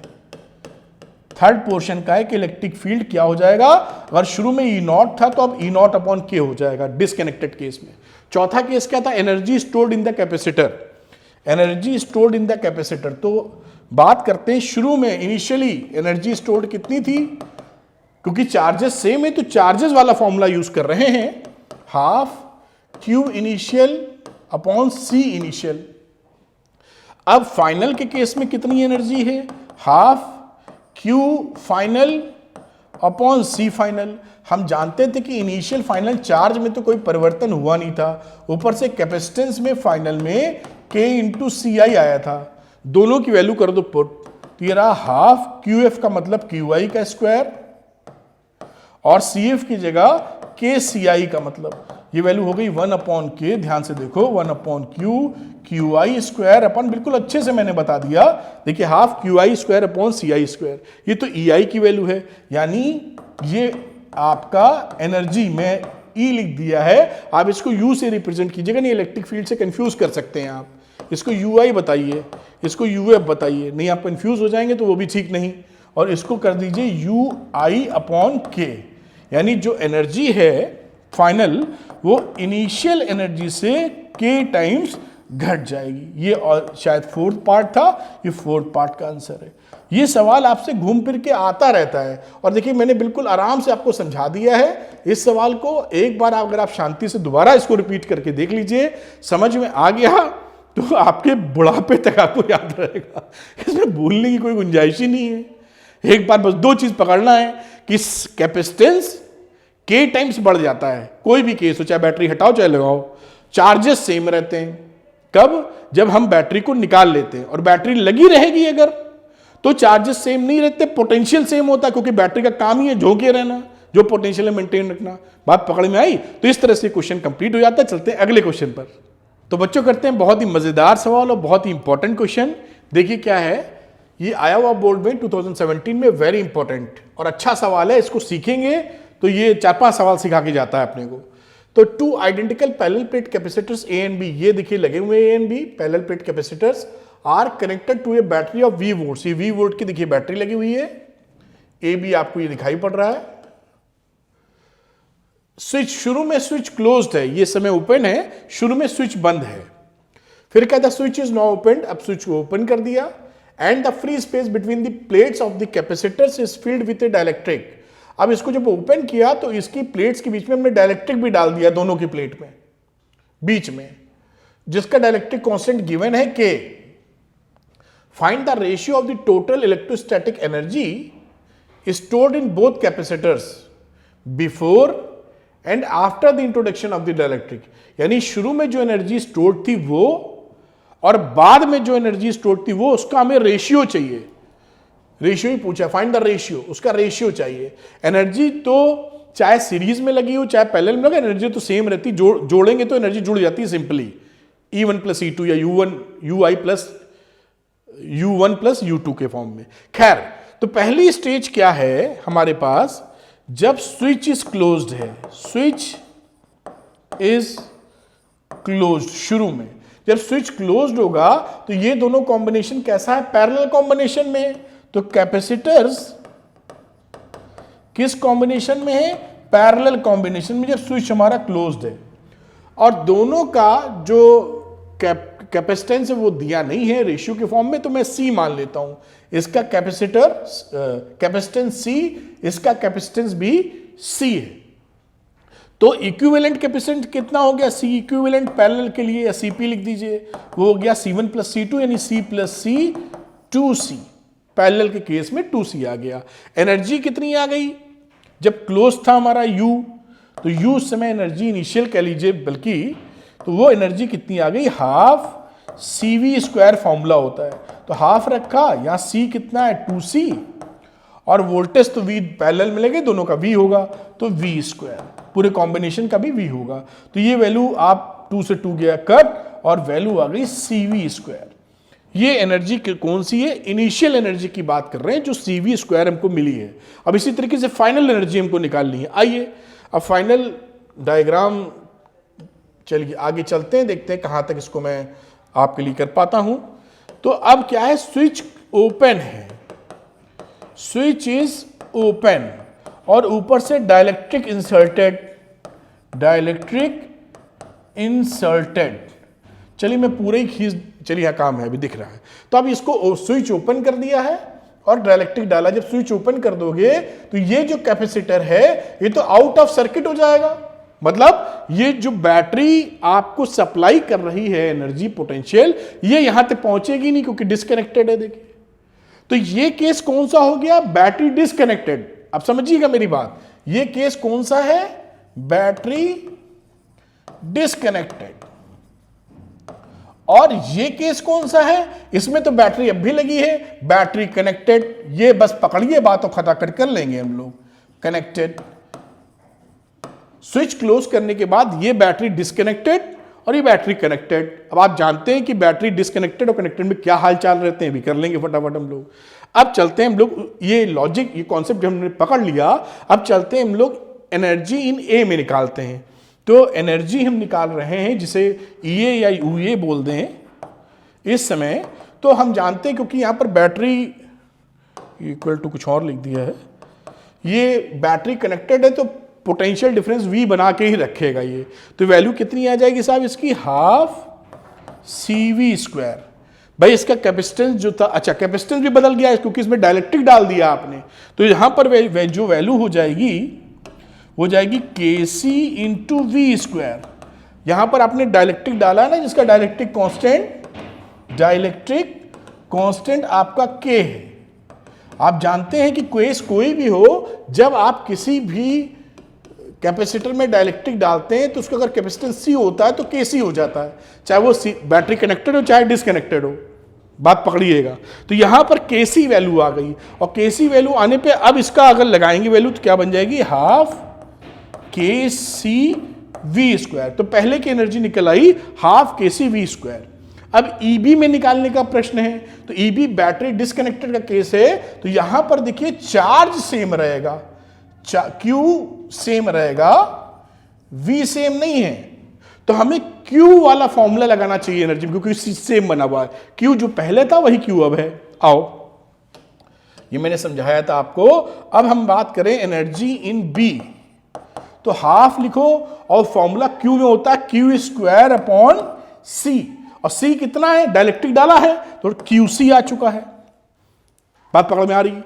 अब देखिए लिखा हाफ, और Q का वैल्यू होता है CV, ठीक। तो Q तो दोनों ही केस में सेम है, मतलब Q तो बैटरी हटाने के बाद भी Q सेम बना हुआ है, तो कैपेसिटेंस इनटू जो पोटेंशियल था वो सेम, C इंटू V का प्रोडक्ट सेम होगा, तो Q की जगह C इंटू V लिख सकते हैं आप। तो ये आ गया C square V square upon KC। अब इसको ऐसा क्यों लिख रहे हैं, क्योंकि मेरे अभी जोड़ने में आसानी, V के फॉर्म में आएगा, जोड़ने में आसानी हो जाएगी। C से C काटा तो half CV square upon K। ये देखिए वैल्यू आ गई half CV square upon K। Total energy कितनी आ गई सेकंड केस के लिए, total energy in second case, बहुत सुंदर सवाल। तो ये वैल्यू हो गई UA प्लस UB, क्योंकि आपको बताया एनर्जी सिंपली जुड़ जाती चाहे सीरीज कॉम्बिनेशन हो चाहे पैरेलल। तो ये हो गई half K C V square plus half C V square upon K. ठीक है, इसको जोड़ते हैं, थोड़ा और ऊपर लेके जाना पड़ेगा। और यहां वैल्यू हो गई हमारी, हाफ ले लो कॉमन, सी वी स्क्वायर ले लो कॉमन, तो के प्लस 1 अपॉन के मिला। इसको आप थोड़ा सा और सिंप्लीफाई करें, हाफ सी वी स्क्वायर और के स्क्वायर 1, के स्क्वायर प्लस 1 अपॉन के। ये देखिए वैल्यू मिल गई। ये क्या है, जब स्विच ओपन करके डायलेक्ट्रिक डाला गया था और शुरू में क्या थी, एनर्जी इनिशियल, इसको मैं यूएफ बोल देता हूं। अब हमें इनिशियल अपॉन फाइनल निकालना है, तो इनिशियल की वैल्यू तो हम लोगों ने सी वी स्क्वायर निकाली थी, उम्मीद है आपको याद होगी। ये देखिए सी वी स्क्वायर निकाली थी इनिशियल जब क्लोज स्विच हमारा क्लोज था, और फाइनल तो आपके सामने छपी हुई है। तो ये C V square upon half C V square K square plus 1 upon K, half C V square, ये 2 बचेगा इसमें, तो ये सी वी स्क्वायर कट गया और वैल्यू हो गई 2k अपॉन के स्क्वायर प्लस 1। आप देख पा रहे होंगे, दिस इज योर आंसर। तो ये जो क्वेश्चन था, आप उस समय अगर कोई बच्चा ठीक से नहीं पढ़ा है तो उसको हॉर्श लगने लगेगा क्वेश्चन, लेकिन अगर आपने अभी सीख लिया तो ये सरल क्वेश्चन है, और जो बच्चे कॉम्पिटिटिव एग्जाम की तैयारी करते हैं वहां ले जाता है। ये आपने देखा, तो क्वेश्चन अच्छा है, लेकिन मैंने जो लॉजिक बताया उसको पकड़ के चलेंगे तो it is very easy question. इस तरह से ये देखिए एक अच्छा सवाल जो कई बातें सिखा के आपको जाता है और आप इसको कर भी पाते हैं। आप बड़े आराम से देखिए कर सकते हैं। उम्मीद है आप बड़े अच्छे तरीके से आपकी समझ में आया होगा। चलते हैं अगले सवाल पर। तो बच्चों करते हैं अगला न्यूमेरिकल, अच्छा न्यूमेरिकल है, और यहां देखिए इन्होंने लिखा हॉट्स। अरे इस हॉट को हम ठंडा कर देंगे, अभी कोई दिक्कत की बात नहीं, देखिए कितने आराम से समझ में आएगा। चलिए साहब, 2 identical parallel plate capacitors C1 and C2 have capacitances C each। एक पैरेलल प्लेट कैपेसिटर्स है जो C1 और C2 है, और C1 C2 साथ दोनों बराबर है। C1 C2 क्या होगा, इसका एरिया अगर A है, बीच का डिस्टेंस अगर D है, तो मैं C1 C2 को C के बराबर जैसा बोला है लिखते हुए epsilon not A upon D कह सकता हूं, इसमें कोई चिंता की बात नहीं। The space between their plates is now filled with dielectric as shown in the figure. अब एक में हमने डाइलेक्ट्रिक भर दिया K, आपको दिख पा रहा होगा पूरा डाइलेक्ट्रिक K डाल दिया है, और दूसरे में क्या किया है, आधे में K1 डाला और आधे में L/2 लिखा है ना, देखिए ऊपर से लेके यहां तक K1 और नीचे वाले में K2 डाला है। अब क्या बोल रहा है, if the two capacitors still have equal capacitances, यानी इसके बाद इसका भाई इसमें डायलेक्ट्रिक डालोगे तो कैपेसिटेंस बदल जाता है, C1 डैश लिख देता हूं। C1 डैश अगर कहो तो डायलेक्ट्रिक डालने के बाद आपको मालूम ही है क्या हो जाता है, एप्सिलॉन नॉट A, K भी लिखना था, K अपॉन D, या इसको मैं कह सकता हूं C1 डैश को KC। हम जानते हैं K टाइम्स कैपेसिटेंस बढ़ जाता है, बढ़ गया भाई पहले में, बड़ी अच्छी बात। दूसरे में भी देखते हैं, और C1 डैश, इसका जो C2 डैश अभी होगा जो भी निकालेंगे, वो कह रहा है कि C1 डैश और C2 डैश बराबर है अकॉर्डिंग टू ATQ लिखते हो ना तुम लोग, अकॉर्डिंग टू क्वेश्चन। अब हमें क्या करना है, obtain the relation between dielectric constant K, K1, K2। अच्छा, हमें K, K1, K2 के बीच का रिलेशन बताना है, बताएंगे बिल्कुल प्यार से। अब यहां पर देखिए इस सिचुएशन में, यहां पर अगर पूरा एरिया A था यहां से यहां तक, कोई ये सिंगल प्लेट थोड़ी थी, यहां पे कहां गया वो बोर्ड, ये आपको ऐसे दिख रहा है बच्चों, ये है असल में ऐसे, ये पूरा एरिया है ना, तो जब आधा करोगे आधा, तो ये आधा एरिया 2 भागों में बढ़ जाएगा। अब ये आपने पकड़ा तो C2 डैश की कहानी, और ऊपर से 2 कैपेसिटर्स आ गए, दोनों का कॉम्बिनेशन कैसा है, इन पैरेलल। ध्यान से देखो, इसको मैं थोड़ा और आपको बताना चाह रहा हूं, थोड़ा शिफ्ट करूंगा इस तरफ, तो क्या मैं कॉपी कर पाऊंगा, शायद हाँ या ना, मालूम नहीं, थोड़ा सा ऊपर करता हूं। चलो, अब यहां पर देखिए 2 कैपेसिटर्स लगे हैं, ये ऊपर और नीचे वाला, और दोनों का कॉम्बिनेशन कैसा है, ये ऊपर वाला भरा हुआ है देखिए K1 से, और ये K1 से, और नीचे वाला भरा हुआ K2 से। दोनों का कॉम्बिनेशन, भाई प्लेट तो एक ही है, तो कुछ इस तरह का ये कहानी है, पैरेलल प्लेट कैपेसिटर्स हो गए, जिसका एरिया अब A/2 हो चुका है इन दोनों का, लेकिन D सेम है। Are you getting my point? तो इसको मैं लिख देता हूं पहला और दूसरा इसका इक्विवेलेंट कैपेसिटेंस कितना हुआ, यानी C2 डैश, समझना मेरी बात। पहला हुआ इस वाले का कैपेसिटेंस, अब क्या लिखोगे, एप्सिलॉन नॉट एरिया हो गया A/2 dielectric constant K1 upon D। बात पकड़े ना, पैरेलल में तो C1 प्लस C2 होता है, तो इसको जोड़ा फिर नीचे वाले को जोड़ दो, प्लस एप्सिलॉन नॉट एरिया हो चुका है आधा D और यहां रहा K2। बात पकड़ में आई ना, ये दोनों K1 K2 को इस तरह से जोड़ के आप लिख लीजिए। अब यहां पर देखिए ये यहीं पे लिख, थोड़ा सा और खिसकाऊं क्या, चलो यहीं लिखो। यहां पे आप देख पा रहे हैं सब कुछ कॉमन आ रहा है, एप्सिलॉन नॉट A/2 भी कॉमन आ गया K1 प्लस K2, यानी लिख सकते हो epsilon not A upon 2D K1 plus K2। ये देखिए रिलेशनशिप मिली। इस रिलेशनशिप को अब यहां पे इतने को C भी लिख सकते हो 2 करते हुए, यानी इसको लिखा जा सकता है C upon 2 K1 plus K2। ये C था ना पहले वाला, देखो C equal to epsilon not A upon D, तो epsilon not A upon D की जगह C पुट कर दिया बस। तो ये देखिए फाइनल C2 डैश फाइनल है और ये इसका वाला फाइनल है, दोनों बराबर है अकॉर्डिंग टू क्वेश्चन। तो इन दोनों को इक्वेट कर देंगे हम। देखिए कितना आसानी से हो गया। कहीं हॉट है, कुछ हॉट नहीं, no hot very cold. C2 dash, अब यहां पे C1 डैश लिखा KC और यहां पे क्या लिखा C/2, ये है ना K1 प्लस K2। यही सब नीट वीट में पूछे जाते, कुछ है थोड़ी, नीट तो छोड़ ही दीजिए, मतलब बोर्ड में आ रहा है, कोई परेशानी नहीं, बस C उड़ गए। तो K is equal to K1 plus K2 upon 2, ये रिलेशनशिप हो गई आपकी, बस ये आंसर हो गया। देखिए ये हॉट्स करें, कहीं ठंडा सवाल है, एकदम बढ़िया, इसमें कहीं कोई ऐसी प्रॉब्लम ही नहीं जो समझ में ना आवे। भाई समझ गए होंगे मेरे ख्याल से, ज्यादा समय लगाने का कोई मतलब नहीं, क्योंकि और चीजें सीखनी है, तो उम्मीद है पकड़ पाए होंगे। चलते हैं अगले सवाल पर। तो बच्चों करते हैं ये सवाल, बहुत आसान सवाल। देखिए इसको कैसे करेंगे, लिखा you are given an air filled parallel plate capacitor C1, ये दे रखा है, बड़ी सुंदर बात। The space between its plate is now filled with slabs of dielectric constant K1 and K2 as shown in the figure, as shown in the C2। ये आप देख पा रहे ये K1 है और इसी के बाजू में ये K2 है, दिख भी रहा होगा आपको। Find the capacitances of the capacitor C2 हमें फाइंड करना, कर लेंगे भाई।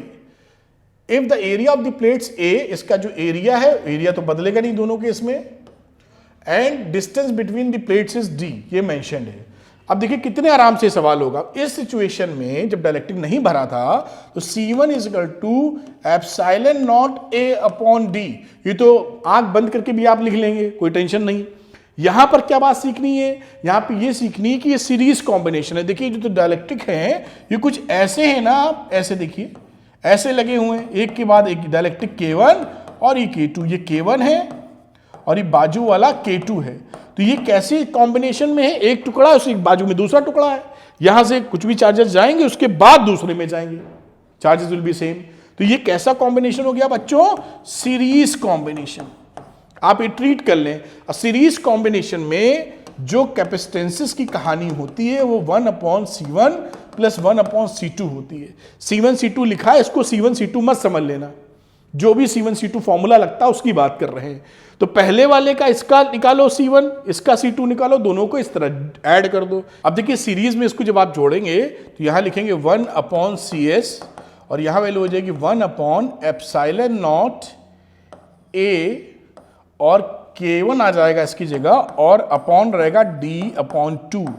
और यहां पर बात की जाए, अगर इसको ऐसे ही हटाना पड़ता है, प्लस 1/एप्सिलॉन नॉट A K2/D/2, क्योंकि यहां पर आप जान ही चुके थे ये K1 K2 है, डिस्टेंस इसके हाफ हो गए हैं, क्योंकि आधे में ये भरा आधे में ये भरा है। इस तरह से ये वैल्यू हमने यहाँ पे लिख दी, इसको सॉल्व करेंगे और आंसर लेते चले जाएंगे। तो 1/CS, अब ये वैल्यू देखिए D/2 है, तो D/2 ऊपर चला जाएगा, तो वैल्यू क्या बचेगी, D/2 epsilon not A K1। इसी तरीके से यहां आ जाएगा D/2 epsilon not A K2। अगर 1/CS लिखा, यहां से कॉमन ले लो, क्या चीज कॉमन आ रही है, D/2 epsilon not A 1/K1 plus 1/K2, यहां पर d upon 2 epsilon not a, इसका आप एलसीएम में लेके सॉल्व करिए तो k1 plus k2 upon k1 k2 value मिली। देखा आपने। अब ये CS उसको उल्टा करना मत भूलना, जो CS लिखोगे यही तो C2 है बेसिकली। तो CS का मतलब ये टोटल वाला जो था वो C2 ही तो था। अब इसको उल्टा कर दो तो 2 epsilon not a upon d, और ये वैल्यू हो गई k1 k2 upon k1 plus k2। देखिए कितने आसानी से हुआ। अब यहां पर आप जान ही रहे थे कि जो C1 की सिचुएशन थी वो थी epsilon not a upon d। अगर वैल्यू पुट करना चाहो तो क्या लिख सकते हो, C2 इज इक्वल टू 2 इधर ले लेना बल्कि ज्यादा अच्छा लगेगा, मैं इसको लिख देता हूं C1 और 2 इसके साथ क्लब कर लो तो 2k1 k2 upon k1 plus k2। ये देखिए आपका आंसर आ गया। इस तरीके से आपका ये आंसर आ गया कितने आराम से, बस सवाल खत्म हो गया। तो ये न्यूमेरिकल्स का पार्ट खत्म होता है। अब हम लोग चलते केस स्टडी वाले पार्ट पे। आइए तो बच्चों हम लोग आते हैं केस स्टडी वाले सेगमेंट पे, और देखिए कितनी चीजें सीखते हैं हम लोग और जबरदस्त विनर के रूप में निकलेंगे। ये वीडियो एकदम धमाकेदार है, आपको सब कुछ मिलता है यहाँ। तो केस स्टडी क्वेश्चंस की बात करते हैं। केस स्टडी जब आपके सामने आएगी तो 5 ऑप्शन लिखे रहेंगे। मैंने केस स्टडी के साथ 5 ऑप्शंस को अलग अलग लिखा है, इससे स्लाइड बहुत भारी ना लगे और मैं वर्किंग करके समझा सकूं आपको। ठीक है, तो लिखा केस स्टडी क्या लिखी है, electric potential is the amount of work needed to move a unit of electric charge from a reference point to a specific point in an electric field. ठीक है, विदाउट प्रोड्यूसिंग एन एक्सेलरेशन, एक जगह से दूसरी जगह unit charge को ले जाने में जो उसे इलेक्ट्रिक पोटेंशियल बोलोगे। Typically the reference point is the earth, या तो हम अर्थ को रेफरेंस पॉइंट लेते हैं 0 हो जाएगा, या इंफिनिटी लेते हैं जो इन्होंने कहा है, और एट ए पॉइंट ऑफ और ए इंफिनिटी, जहां पे v पोटेंशियल एट इंफिनिटी या पोटेंशियल ऑफ अर्थ इसको 0 ले रहे हैं, लेते भी हैं। Although any point can be used, उसके अलावा आप कुछ भी यूज सकते हैं रेफरेंस पॉइंट के लिए। This value can be calculated in either a static time invariant, जहां समय ना बदल रहा हो, और ए डायनेमिक, या समय बदल रहा हो, उससे कोई फर्क नहीं पड़ता। Electric field at a specific time in units of joules per coulomb और वोल्ट।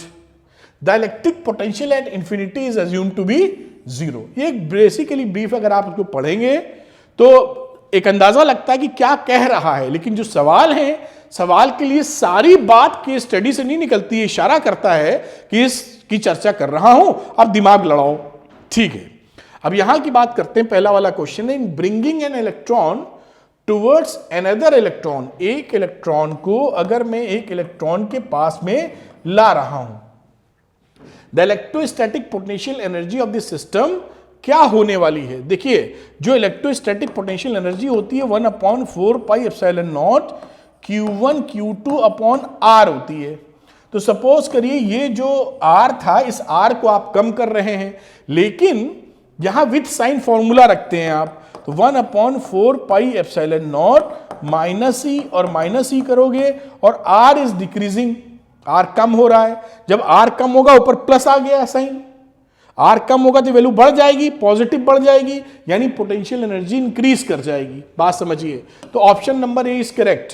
फिर से एक बार, ये माइनस माइनस करोगे तो प्लस हो जाएगा, 1/4 pi epsilon not e square upon R. अब R को आप कम कर रहे हो, R कम करोगे तो पूरी वैल्यू बढ़ जाएगी, पॉजिटिव है, बढ़ जाएगी तो पोटेंशियल एनर्जी बढ़ जाएगी।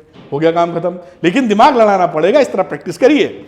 नंबर 2 क्वेश्चन की बात करते हैं। केस स्टडी पढ़ ही चुके थे, अब ये क्या पूछ रहे हैं, ये पूछ रहे हैं some charges is being given to conductor then it potential.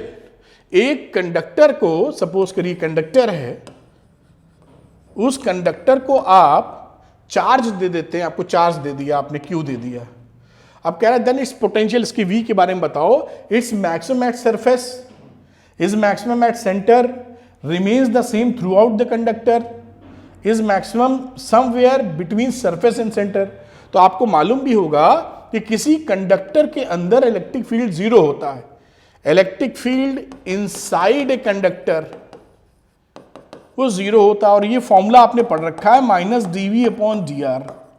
इसके तहत अगर आप चार्ज देंगे तो कंडक्टर पे सारे चार्जेस इसकी सरफेस पे ही मौजूद चले हो जाते हैं, कहां भाग जाते हैं, केवल सिर्फ अंदर कोई चार्ज नहीं रहता। उस सिचुएशन में ई हमारा है शून्य इनसाइड, अंदर, अंदर मतलब ये अंदर यहां कहीं, ठीक, यहां कहीं। तो अगर ये वैल्यू 0 है तो dv अपॉन dr भी 0 है। इससे क्या मतलब है, dv भी 0 है, dv क्या होता है, डेल्टा v भी 0 है, यानी चेंज इन पोटेंशियल इज 0। यानी जो पोटेंशियल हमारा यहां है वही पोटेंशियल यहां है, वही पोटेंशियल यहां है। तो potential is throughout the constant, यानी option number C is correct, remains the same throughout the conductor. ये बात पकड़िएगा, देखिए आराम से बता रहा हूं, बिल्कुल समझते चलिए। चलिए अगले सवाल, अगला केस स्टडी का क्वेश्चन नंबर 3 पकड़ते हैं। यहां कह रहा है एक point charge plus Q is placed at the origin, यही कोशिश करते हैं बनाने का। एक हम लोगों ने चार्ज रखा है प्लस क्यू, ये ओरिजिन है, यहां पर रखा हुआ है। Work done in taking another point charge plus Q minus Q from point ए कोई पॉइंट है, थोड़ा सा बड़ा बना दूं आपके लिए, यहां पर है 0A, ये कोई कौन सा पोजीशन है साहब, ए पोजीशन है, और माइनस क्यू चार्ज यहां पर है इस पोजीशन से। अनदर पोजीशन a, 0 कहां होगा, एक्स एक्सिस पर, a, 0, ये पॉइंट शायद बी बोल रहे होंगे, बी पोजीशन पर इस माइनस क्यू को अलोंग द स्ट्रेट लाइन लेके जाते हैं ऐसे, समझिए बात। तो वर्क डन पूछा कितना होगा, हमें मालूम है, देखिए कितना आसान सवाल है, डेल्टा W अपॉन क्यू, यानी वर्क डन अगर हमें निकालना है तो हम कह सकते हैं Q इंटू डेल्टा V। अब यहां पर देखो ये जो V है प्लस Q, ये कितनी दूर है, ये तो A ही दूर है, भले y एक्सिस पर है। ये कितनी दूर है, ये भी A दूर है, यानी यहां का पोटेंशियल और यहां का पोटेंशियल दोनों सेम है। अगर दोनों पॉइंट का पोटेंशियल VB है, ये दोनों पॉइंट का पोटेंशियल सेम है, तो डेल्टा V कितना आएगा, डेल्टा V 0 आएगा, इन दोनों में डिफरेंस ही नहीं है कुछ। डेल्टा V 0, तो जैसे ही डेल्टा V रखोगे वर्क डन कितना निकलेगा, 0। पॉइंट A और पॉइंट B का पोटेंशियल सेम है, डेल्टा V 0 हो गया। उस सिचुएशन में हमारा ऑप्शन नंबर क्या रहा साहब, D is the correct option. देखिए छोटी छोटी बातें कितना आपको सिखा के जाती, सुपर, मतलब कोई कॉम्पिटिटिव एग्जाम भी देना चाहते हैं तो ये पूरा वीडियो उसके लिए भी जबरदस्त है आपके लिए, और बाकी आपकी इतनी सॉलिड प्रिपरेशन हो जाएगी, कहां से कहां पहुंच जाएंगे। आइए साहब अगले सवाल क्वेश्चन नंबर 4 की तरफ चलते हैं। Two charges Q1 Q2 are placed 30 centimetre apart as shown in the figure. तो ये Q1 उम्मीद आप देख पा रहे होंगे और Q2 30 सेंटीमीटर दूर है। A third chart Q3 is moved along the circular path of radius 40 centimetre, ये 40 सेंटीमीटर दूर है, C से लेकर D तक आते हैं, ये D है, D तक आते हैं। The change in the potential energy of the system is, change in the potential delta U भी बता दिया है कितना है, Q3 upon 4 pi epsilon not into K, जो लिखा है सवाल में। अब पूछा K कितना ये बताओ। अब देखिए मजेदार बात क्या है कि भाई हमें करना क्या चाहिए, देखिए कितनी स्मार्टनेस दिखाने की जरूरत है। अगर हमें पोटेंशियल एनर्जी का डिफरेंस निकालना है तो सिंपली हम जानते हैं कि U फाइनल में से U इनिशियल घटा दो, यही तो सीखा है। लेकिन सीधे हम निकालना नहीं शुरू कर देंगे, वरना सवाल बड़ा लंबा हो जाएगा। भाई पोटेंशियल एनर्जी निकालने लगोगे U इनिशियल U फाइनल, तो U इनिशियल में इन दोनों के बीच की निकालोगे, फिर इन दोनों के बीच की, फिर इन दोनों के बीच की, पेयरिंग बनाते हो तो वर्किंग बड़ी लंबी हो जाएगी। अब देखिए बुद्धिमानी, हमारी इनिशियल और फाइनल सिचुएशन में ये दोनों चार्ज तो हिले ही नहीं है, यानी इनके बीच की जो पोटेंशियल एनर्जी है वो पहले और बाद में बरोबरी है। कुछ बात समझ में आ रही होगी, ठीक। तो इसका जोड़ा डिफरेंस खत्म। इस वाले A और C में देखिए 40 सेंटीमीटर अब भी डिफरेंस है और 40 सेंटीमीटर अब भी डिफरेंस है, यानी A और C के बीच की पोटेंशियल एनर्जी में भी कोई परिवर्तन नहीं हुआ है। फॉर्मूला होता है यूज कर टू 1/4 pi epsilon not Q1 Q2 upon R, तो Q1 Q2 में तो चेंज है नहीं, R में भी चेंज नहीं है, तो इसकी पोटेंशियल एनर्जी भी नहीं चेंज हुई है। तो तीसरी जोड़ा बचा किसका, B और C, क्योंकि इनके बीच का डिस्टेंस पहले इतना था, अब भाई साहब इतना है। कुछ अंदाजा लग रहा है, मैं लिख दूं तो xi x इनिशियल था और ये ri लिखना चाहिए आपकी भाषा में। अब यहां पे तो ऐसे ही बिगाड़ने का सिस्टम है तो बिगड़ गया ri है और ये r फाइनल है। बात पकड़ में आई ना, बाकी कॉम्बिनेशन में कोई परिवर्तन ही नहीं हुआ है, दिमाग लड़ाना पड़ेगा वरना ये लंबा हो जाएगा सवाल। अब हम केवल बी से देखेंगे। तो अगर ये 30-40 है तो ये 50 होगा, ये तो पाइथागोरस कब से लगा रहे हैं। तो हमारी जो डिफरेंस इज पोटेंशियल एनर्जी होने वाली है वो फाइनली देखिए ये पोजीशन कितनी है, ये 30 थी, ये थी आपकी 40 सेंटीमीटर, तो 10 सेंटीमीटर यहां फर्क और 50 सेंटीमीटर की यहां की कहानी। तो ये डिस्टेंस 50 और बाद में हो रहे 10, कुछ अंदाजा लग रहा होगा। अब यहां का हम लोग पोटेंशियल एनर्जी डी यू निकालने की कोशिश करते हैं साहब।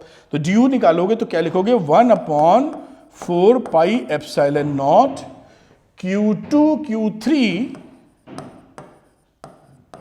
और मैं फाइनल वाली ले लेता हूं जो 10 सेंटीमीटर की दूरी पर है 30-40 में, तो इसको लिख दोगे 10 सेंटीमीटर, 10 × 10⁻², चलो लिख दो, मीटर में लिखना चाहते हो तो ऊपर से वैल्यू दे रखी थी उन्होंने, और -1/4 pi epsilon not Q2 Q3, और इसके बीच की डिस्टेंस कितनी है, 3, 4, 5, 50 centimetre.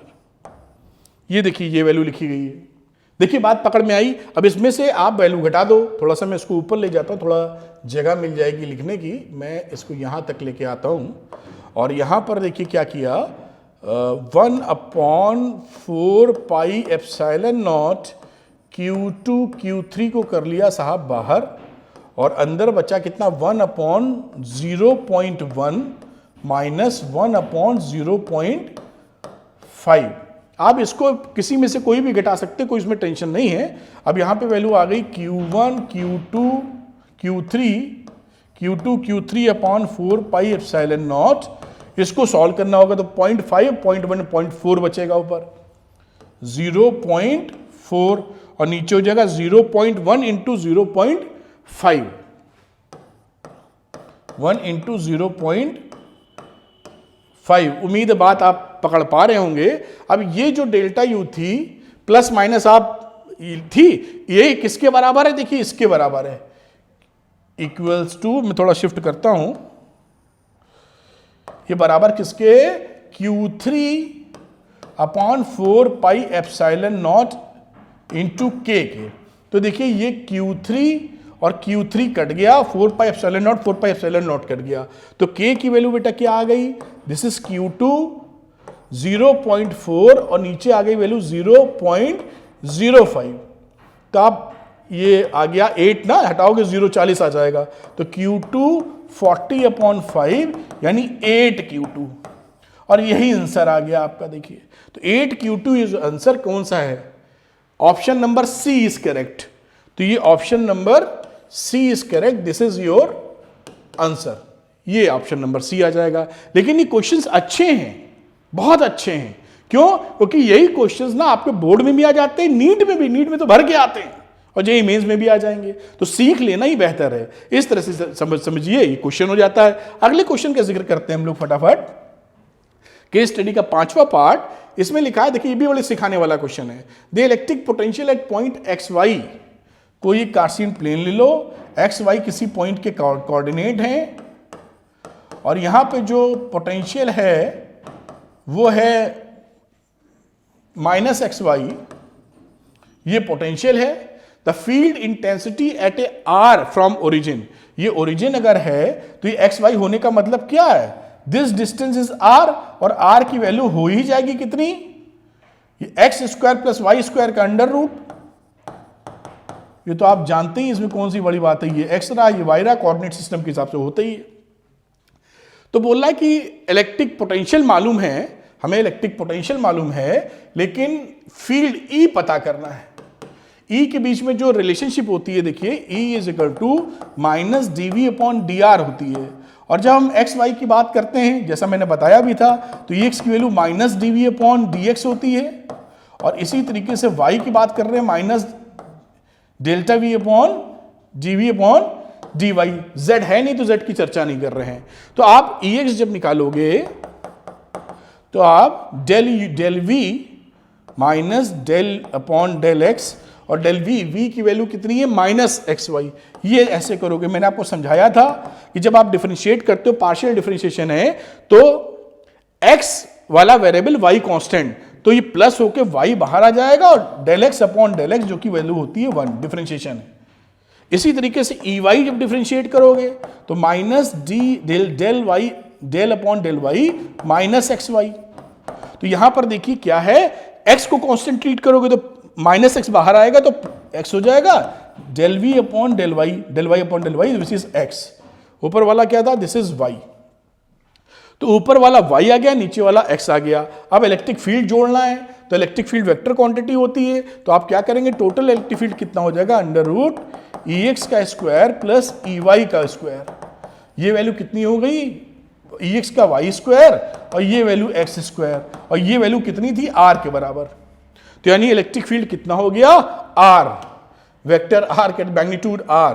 Option number B is correct. तो देखिए बहुत ही बढ़िया सवाल इस तरह से आप कर सकते हैं। तो ये मैंने समझा भी दिया। तो इन सवाल, इन प्रेजेंटेशंस को, इन वीडियो को आप देखेंगे और नोट्स बनाएंगे करेंगे तो आप यहां से यहां पहुंच जाएंगे। और इतना इसीलिए हार्डवर्क मैं भी कर रहा हूं, जबरदस्त रिसर्च, अच्छा खासा ध्यान और सवालों को पिकअप ऐसा करना कि आप फोड़ दें बोर्ड एग्जाम में। बोर्ड एग्जाम आप बाहुबली बन जाएंगे, बोर्ड एग्जाम को एकदम चुटकियों में उड़ा देंगे, इस तरह का सिचुएशन हो जाएगा। चलिए केस स्टडी के क्वेश्चन सॉल्व हो जाते हैं। अब अगला क्वेश्चन हमारे सामने आता है जो कि होते हैं असर्शन रीजनिंग, उसको भी कर लेते हैं। आइए तो बेटा असर्शन रीजनिंग करते हैं। ये बेसिकली जो वीडियो है, ये वीडियो से 5 वीडियो बन सकते थे। असर्शन रीजनिंग का अलग, केस स्टडी का अलग, इंपॉर्टेंट क्वेश्चन का अलग, न्यूमेरिकल का अलग, डेरिवेशन का अलग और सिलेबस का अलग। लेकिन मैंने सब कुछ क्लब किया। जैसे आप एक वीडियो में समय दें, उसके बाद super rich content quality, one shot video के साथ साथ ये वीडियो भी देख लीजिए, कमाल हो जाएगा। चलिए असर्शन रीजनिंग क्वेश्चन देखिए कैसे करते हैं। ये रहा पहला क्वेश्चन। इसमें लिखा हुआ है the capacity of a conductor under given circumstances remains constant irrespective of the charge present on it. बिल्कुल ठीक बात है कि किसी भी कंडक्टर के ऊपर आप चार्ज कितना दिए हैं उससे जो है कैपेसिटी फर्क नहीं आती, कितना चार्ज प्रेजेंट है। कैपेसिटेंस एक अलग चीज है, कैपेसिटेंस भी वही है, कैपेसिटी से ही कैपेसिटेंस निकला हुआ है, लेकिन यहां कैपेसिटी की बात कर रहे हैं। यानी ये जो बंदा है, ये जो कंडक्टर है, ये कितना चार्ज होल्ड कर सकता है, ये इसकी एक प्रॉपर्टी है। ऐसा नहीं कि इसमें 2 कूलाम चार्ज दे दिए हैं तो अब वो जो कैपेसिटी थी 10 कूलाम चार्ज होल्ड करने की, वो घट जाएगी ना, अब भी 8 कूलाम और दे सकते हैं इसको आप। तो first is correct, A is correct, A is true लिख देता हूं। बात रीजन क्या है, capacity depends on the size and shape of a conductor and also on the surrounding medium. ये भी ट्रू है, बी इज आल्सो ट्रू। आप जानते हैं कि इस कंडक्टर का शेप क्या है, साइज क्या है, और इसके सराउंडिंग मीडियम में डायलेक्ट्रिक वगैरह कुछ रखा है नहीं रखा है, या कुछ और कहानी क्या है, उस पर भी डिपेंड करता है ये मामला। तो A is true and B is also true. और ऊपर से हमारा ये इसका करेक्ट एक्सप्लेनेशन भी है, क्योंकि लिखा था capacity of a conductor under given circumstances remains constant irrespective of the charge present on it. तो ये चीज सही एक्सप्लेनेशन है, क्योंकि ये किन चीजों पे डिपेंड करता है, साइज पे, शेप पे और अपने आजू बाजू जो वातावरण है उस पे डिपेंड करता है, ना कि इस पे डिपेंड कर रहा है कि चार्ज कितना दिया गया है। तो A B to A, B is also the correct explanation of A. तो पहला वाला option number A is correct, जहां बोला गया both A and R true and R is the correct explanation of A. तो बात पकड़ में आई होगी, शांति से सोचिए, क्योंकि ये थोड़ा सा एनालाइज करके ही जवाब देते बनेगा। आगे की बात करते हैं बेटा दूसरे क्वेश्चन की। Increasing the charge on the plates of a capacitor means increasing the capacitance. अब देखिए आपको मालूम है कि पैरेलल प्लेट कैपेसिटर्स के सिचुएशन में epsilon not a upon D लिखते थे आप। अब अगर इस पे चार्ज आप बढ़ा दें, क्यू ज्यादा कर दें, तो क्यू ज्यादा करने से सी चेंज होता है क्या, कहां, Q is equal to C V होता है, लेकिन C is equal to Q upon V, इसका रेशियो सेम रहता है। तो चार्ज बढ़ाने से कैपेसिटेंस थोड़ी चेंज होता है, तो एक कांस्टेंट होता है। तो दिस इज फॉल्स, ये पहला वाला साहब फॉल्स है। दूसरी बात करते हैं, for a capacitor Q is equal to CV, Q is proportional to R, this is also false. मैंने अभी अपने लेक्चर के दौरान ही समझाया था, Q is equal to CV होता है तो Q is proportional to C नहीं कह सकते, क्योंकि सी जो होता है, क्यू बढ़ाते हैं या घटाते हैं तो वी भी बढ़ता या घटता है, इसका रेशियो सेम रहता है। सी नहीं बदलता है, वी बदलता है क्यू बढ़ाने घटाने से। तो दोनों फॉल्स हैं, तो दोनों फॉल्स की दशा में ऑप्शन नंबर डी पढ़ लेना, A is false and R is also false. तो सेकंड नंबर का असर्शन रीजनिंग भी हो जाता है। आगे की बात करते हैं हम लोग बेटा। नंबर 3, तो work done in moving A charge between any 2 points in an electric field is dependent of the path followed by the charge between these 2 points. लिख रहा है कि किसी भी इलेक्ट्रिक फील्ड में ए पॉइंट से बी पॉइंट, सपोज सरलता के लिए इलेक्ट्रिक फील्ड मान लीजिए ई है, यूनिफॉर्म इलेक्ट्रिक फील्ड, तो ए से बी में अगर हम सीधे जाएं या हम घूम फिर के जाएं तो दोनों सिचुएशन में वर्क डन हमारा अलग होगा। ये पहला पाथ है तो W1 W2, ऐसा नहीं होता है। ये हम लोग जो इलेक्ट्रिक फील्ड होता है वो कंजर्वेटिव फोर्स होता है, कंजर्वेटिव फील्ड होता है, तो कंजर्वेटिव फील्ड होने की वजह से पाथ डिपेंडेंट नहीं है। ये इनिशियल और फाइनल पोजीशन से मतलब है। तो आप ऐसे घूम के गए, सीधे गए या कैसे भी गए, ये माने नहीं रखता। तो पहला वाला assertion is false, this is false. Reason electrostatic force is non, ये तो गलत लिखा हुआ है। हमारा जो इलेक्ट्रोस्टैटिक फील्ड है, फोर्स है, वो कंजर्वेटिव फोर्स होता है, नॉन कंजर्वेटिव नहीं, कंजर्वेटिव फोर्स है, पाथ डिपेंडेंट नहीं। तो बोथ आर फॉल्स, इस वजह से option number D is correct. मेरे ख्याल से बात समझ पाएंगे, रीजन भी गलत है, असर्शन भी गलत है। चौथे नंबर पे आते हैं हम लोग। लिखा if 3 capacitors of capacitance C1 is less than C2 is less than C3 are connected in parallel, then their equivalent capacitance Cp is greater than Cs। वो तो हमेशा ही होता है।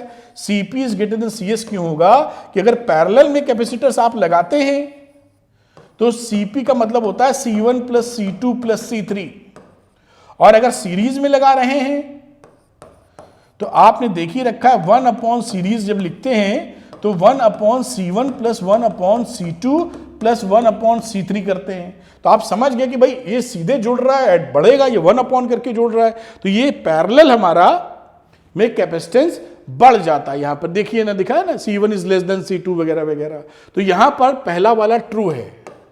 सेकंड रीजन, अरे भाई ये कहां लगा, पैरेलल में गलत लिखा हुआ। पैरेलल में तो लिखा होता Cp is equal to C1 plus C2 plus C3, तो दिस इज फॉल्स, ये गलत है। तो इसके हिसाब से ऑप्शन क्या हुआ, assertion is true but reason is false. Option number C is correct. Assertion इसका सही है लेकिन इसका रीजन गलत है, ये फॉल्स है, बट रीजन इज फॉल्स। ठीक है साहब, अगली अगली अगली अगली पॉइंट की चर्चा करते हैं। इसमें लिखा है if the distance between parallel plate of capacitor is halved. Parallel plate capacitor है, इसके बीच का जो d था उसको अब d/2 कर दिया है, and dielectric constant is made 3 times. पहले डायलेक्ट्रिक कांस्टेंट k था, अब वो 3k कर दिया है। अब then the capacitor become 6 times. देखते हैं पहले वाले का आ जाएगा epsilon not AK upon d। C1 case और C2 केस की बात कर लें तो एप्सिलॉन नॉट एरिया में कोई परिवर्तन नहीं, ये रहा d/2 और k की जगह लिख दिया 3k। 2 ऊपर चला गया, बिल्कुल ठीक बोल रहे हैं ये। Epsilon not A 6k upon d यानी 6C1। तो यहां पर हमें क्या समझ में आ गया कि असर्शन इज करेक्ट। आप बात पकड़ पाए होंगे, 6 टाइम्स बढ़ गया। Capacity of the capacitor does not depend upon the nature of the material, ये भी साफ ट्रू है, ये दिस इज ऑल्सो ट्रू। लेकिन ये जो सेकंड वाला है तो ट्रू कि ये नेचर ऑफ मटेरियल, भाई इसमें कैपेसिटेंस हमारा epsilon not A upon d पर डिपेंड करता है, एरिया और d पर, ना कि किस मटेरियल से आप बना रहे हैं। ठीक, कि आपने कॉपर लिया, एल्युमिनियम ले लिया तो फर्क आ जाए, ऐसा सच ऐसी सिचुएशन नहीं दिखती इसके अंदर। तो इस सिचुएशन को देखते हुए ये है तो ट्रू, लेकिन ये करेक्ट एक्सप्लेनेशन नहीं है, क्योंकि यहां पर तो फॉर्मूला ऐसे लगा रहे हैं, इसमें नेचर की कहां बात आ गई, अरे ये भाई कहां से। तो ये करेक्ट एक्सप्लेनेशन नहीं है। If both assertion and reason are true but reason is not the correct explanation, ये ऑप्शन रहा बी। इस तरीके से देखिए सवाल हो जाते हैं।